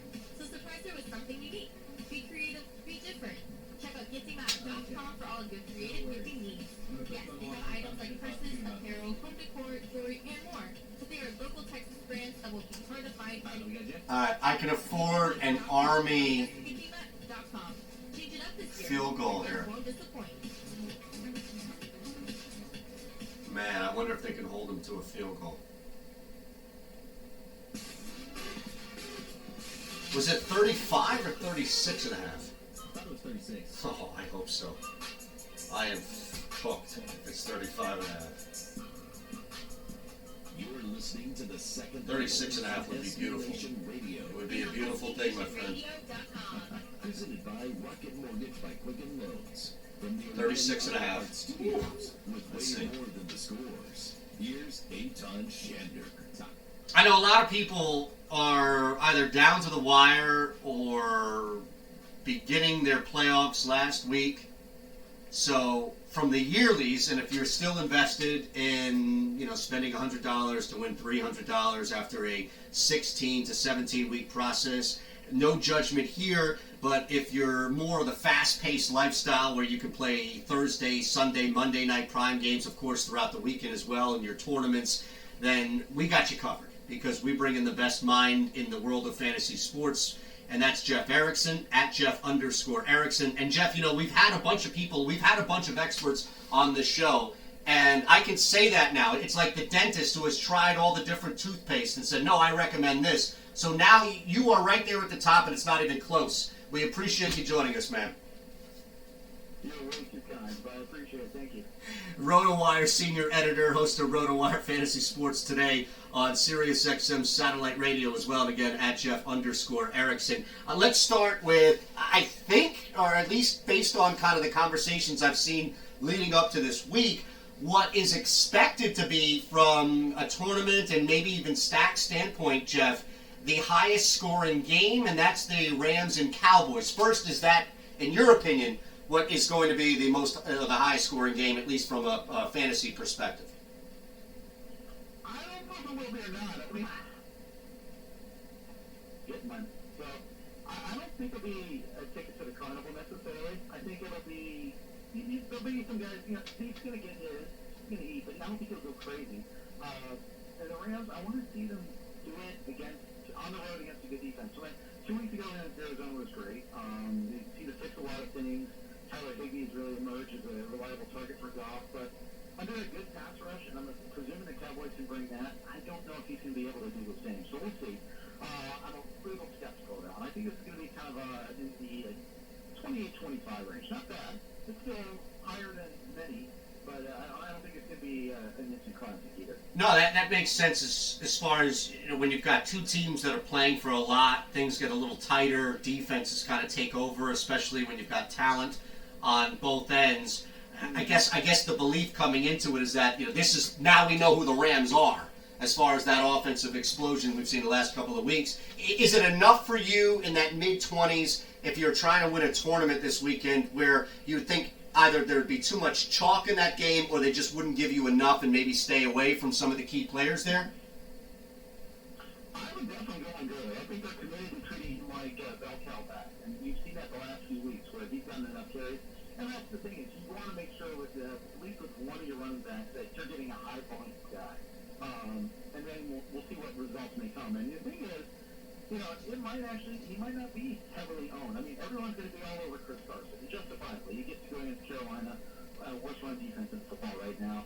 A lot of people are going to be on him, so maybe spend the same on Gurley and go against the crowd a little bit there. Fewer masses there. All right, same line of thinking. You mentioned him already. He's clearly settled in at that position, but I would imagine that there'd be some sneaky value with Higbee in this game, even if you weren't looking to stack or specifically play this game, but in the similar ways you laid out value with Gurley at the running back, I would imagine that would play out with Higbee at tight end. Yeah, absolutely, especially with Gerald Everett out yet again this week, third week in a row he's out. And, one of the things the Rams did is they changed formation. They used to run, three wide, one back, only one tight end, and I think they kind of changed that a little bit. Instead of running to 11, they've gone to sometimes two tight end offense there. They've changed things up because I think they looked at what was going on and it wasn't working, so they had to adjust. I mean, after the horrible game against the Ravens, after the horrible game against the Niners earlier this year, they had to change things a little bit. And kudos to them for figuring that out or realizing that, hey, what we're running now isn't working. We need to adjust. Jeff Erickson joining us at Jeff_Erickson, RotoWire senior editor, rotowire.com, and of course host of the RotoWire Fantasy Sports Today on SiriusXM satellite radio, Eitan Shander, SB Nation Radio. Is there another running back outside of Gurley and, as you mentioned, the overwhelming amount of expected chalk to play Chris Carson? Who is that other running back that you're looking at that can kind of meet halfway and say there's great value there and there's also what would expect to be great cost for that player as well? I want to watch and see what happens with Josh Jacobs. See if he goes. And if not, DeAndre Washington, because Jacksonville has been giving it up copiously lately. With that Chargers game, they were dialing up whatever play they wanted to, and it was working to the point where the entire fourth quarter was garbage time. Since the London game, that Jacksonville defense has been on a total downswing, and I think that's a defense you want to attack. And there's not too many obvious open guys right now. I think Waller, if you don't go Higbee, you want to pay up for Waller. I can't go against that. I think he's going to get his. And even if you squint, you could see Carr being a useful guy this week too. So, just to bring you back to the Carolina game, because he's always going to be the highest, most expensive guy week to week, is there any doubt about squeezing in McCaffrey if you can afford him in your lineup? I mean, you see still that must-have status week to week? Yeah, I mean, even when they get blown out, when they lost 28-3 to Atlanta, he scored 30 fantasy points. It's insane. I mean, he gets fantastic game out. Did we lose Jeff? Set up eventually. Someday they might say, okay, this season is sunk. Why don't we protect our asset instead of giving him 95% snap share? But it doesn't seem like that's coming yet. One thing I did notice, though, they did say that the quarterback job there in Carolina is now week to week. So we might see Will Greer. And if we see Will Greer, maybe that means we'll see a little less McCaffrey as they're just live and preserve and look ahead to next year. Or maybe they want to see what they've got in the third-round pick, who they haven't played down yet, before they make any decisions in the offseason. They've got a big decision this offseason. I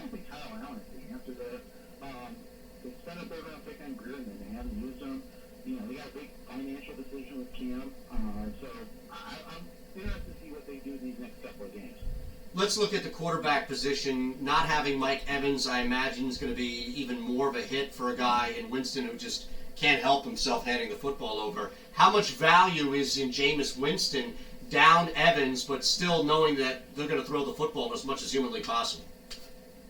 Against the Lions, no less. Yes, great point. That's a critical aspect of that, too. Most of the damage he did last week, 460 yards passing, was done after Evans got hurt. So if he can't spread it out, that's the thing about Winston. He's been real life terrible, but fancy good. Unless you have really punitive penalties for interceptions and fumbles, I mean, he's trying. The volume's there, the tons of yards.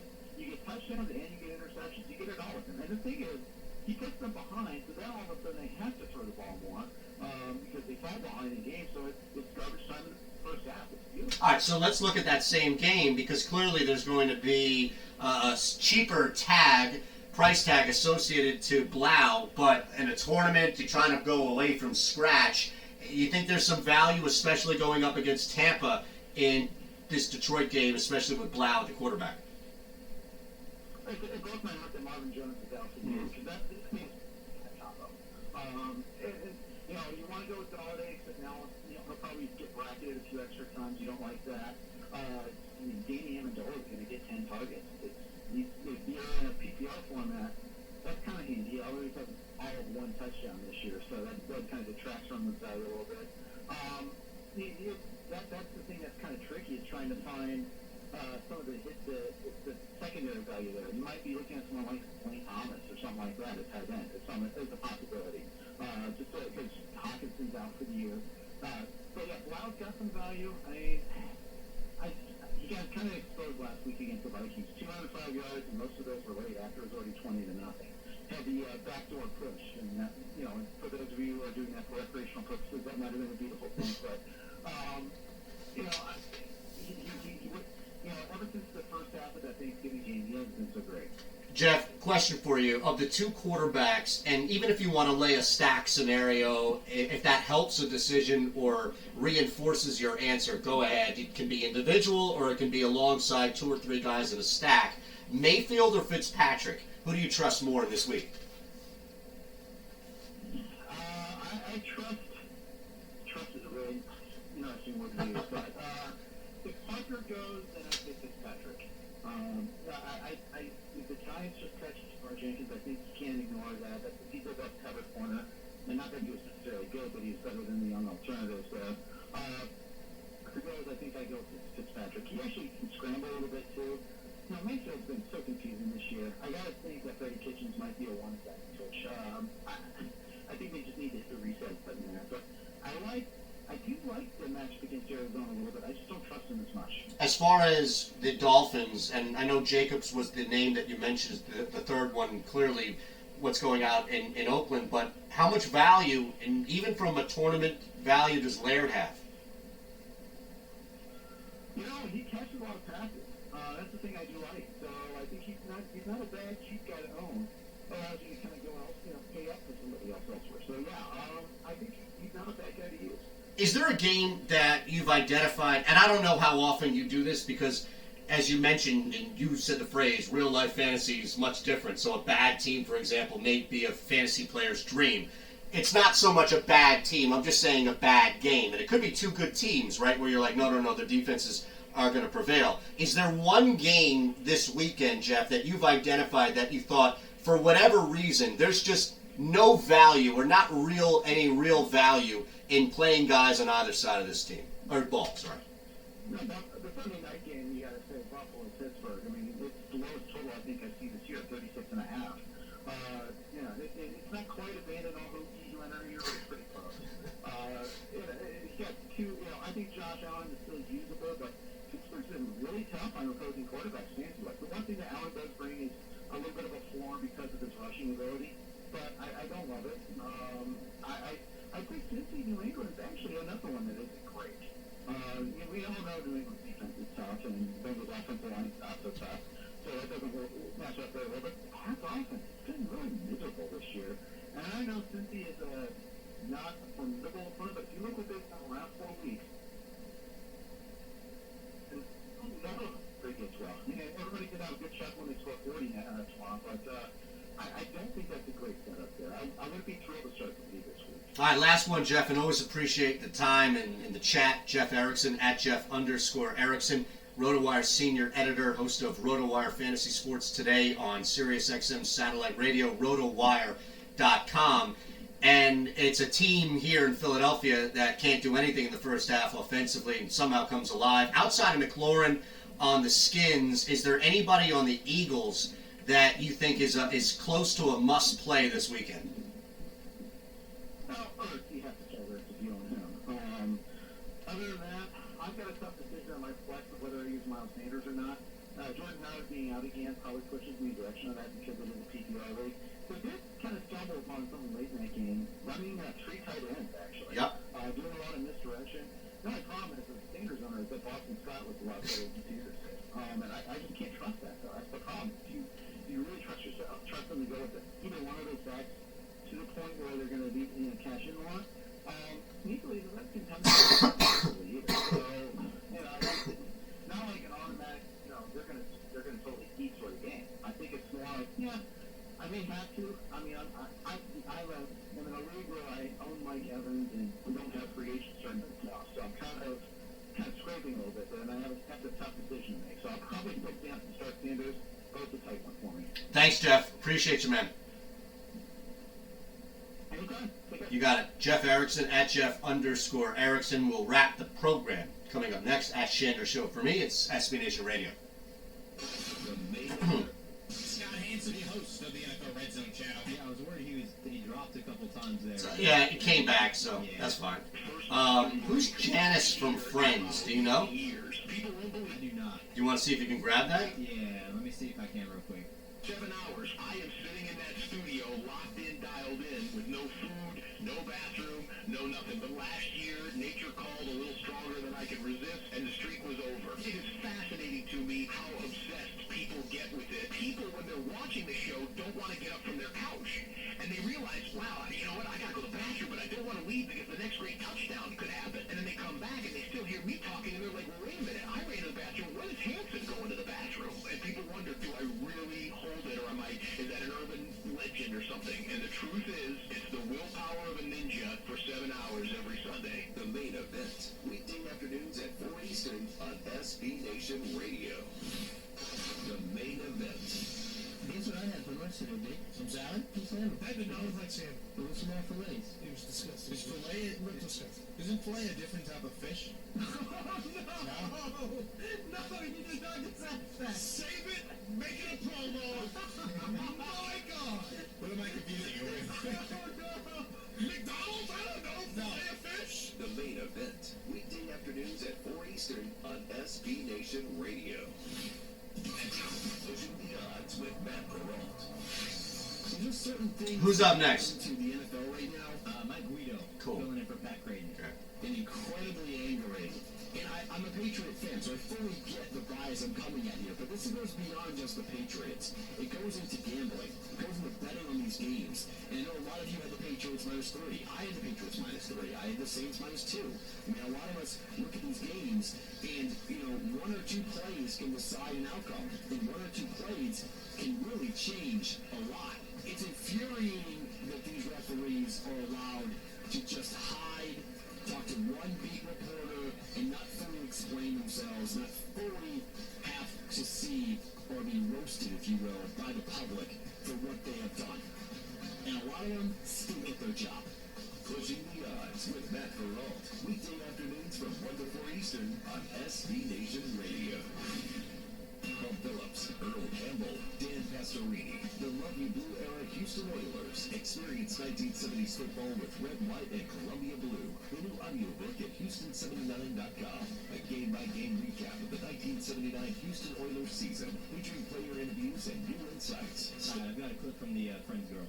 Okay. Steelers and Cowboys, and relive one of the most controversial plays ever, the Mike Renfro play. Red, White, and Columbia Blue. Download now at Houston79.com.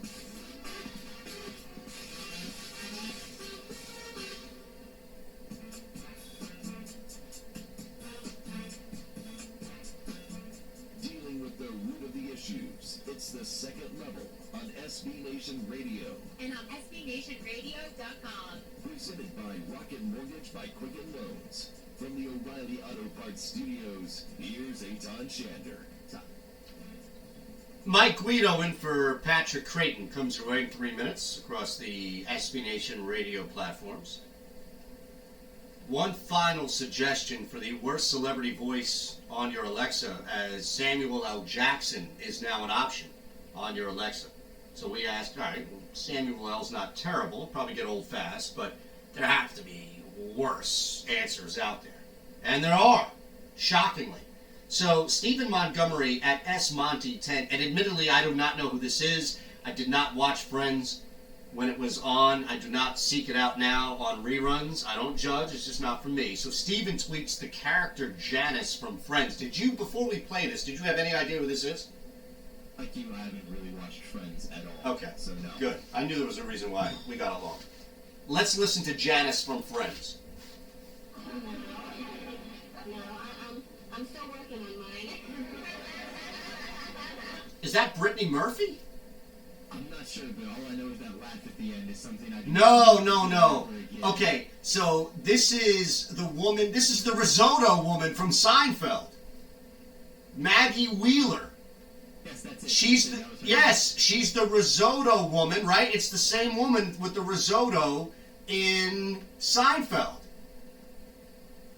I don't know that because I haven't watched Seinfeld either, but the Maggie Wheeler, you were absolutely right, because that was the name on the video. I just didn't have it pulled up. Yeah, she's in Everyone Loves Raymond. She's in Friends. She's also, I guarantee you that if I keep... Man, is she not? I thought for some reason Everybody Loves Raymond. I guess she's not. Is that right? Did we get it wrong?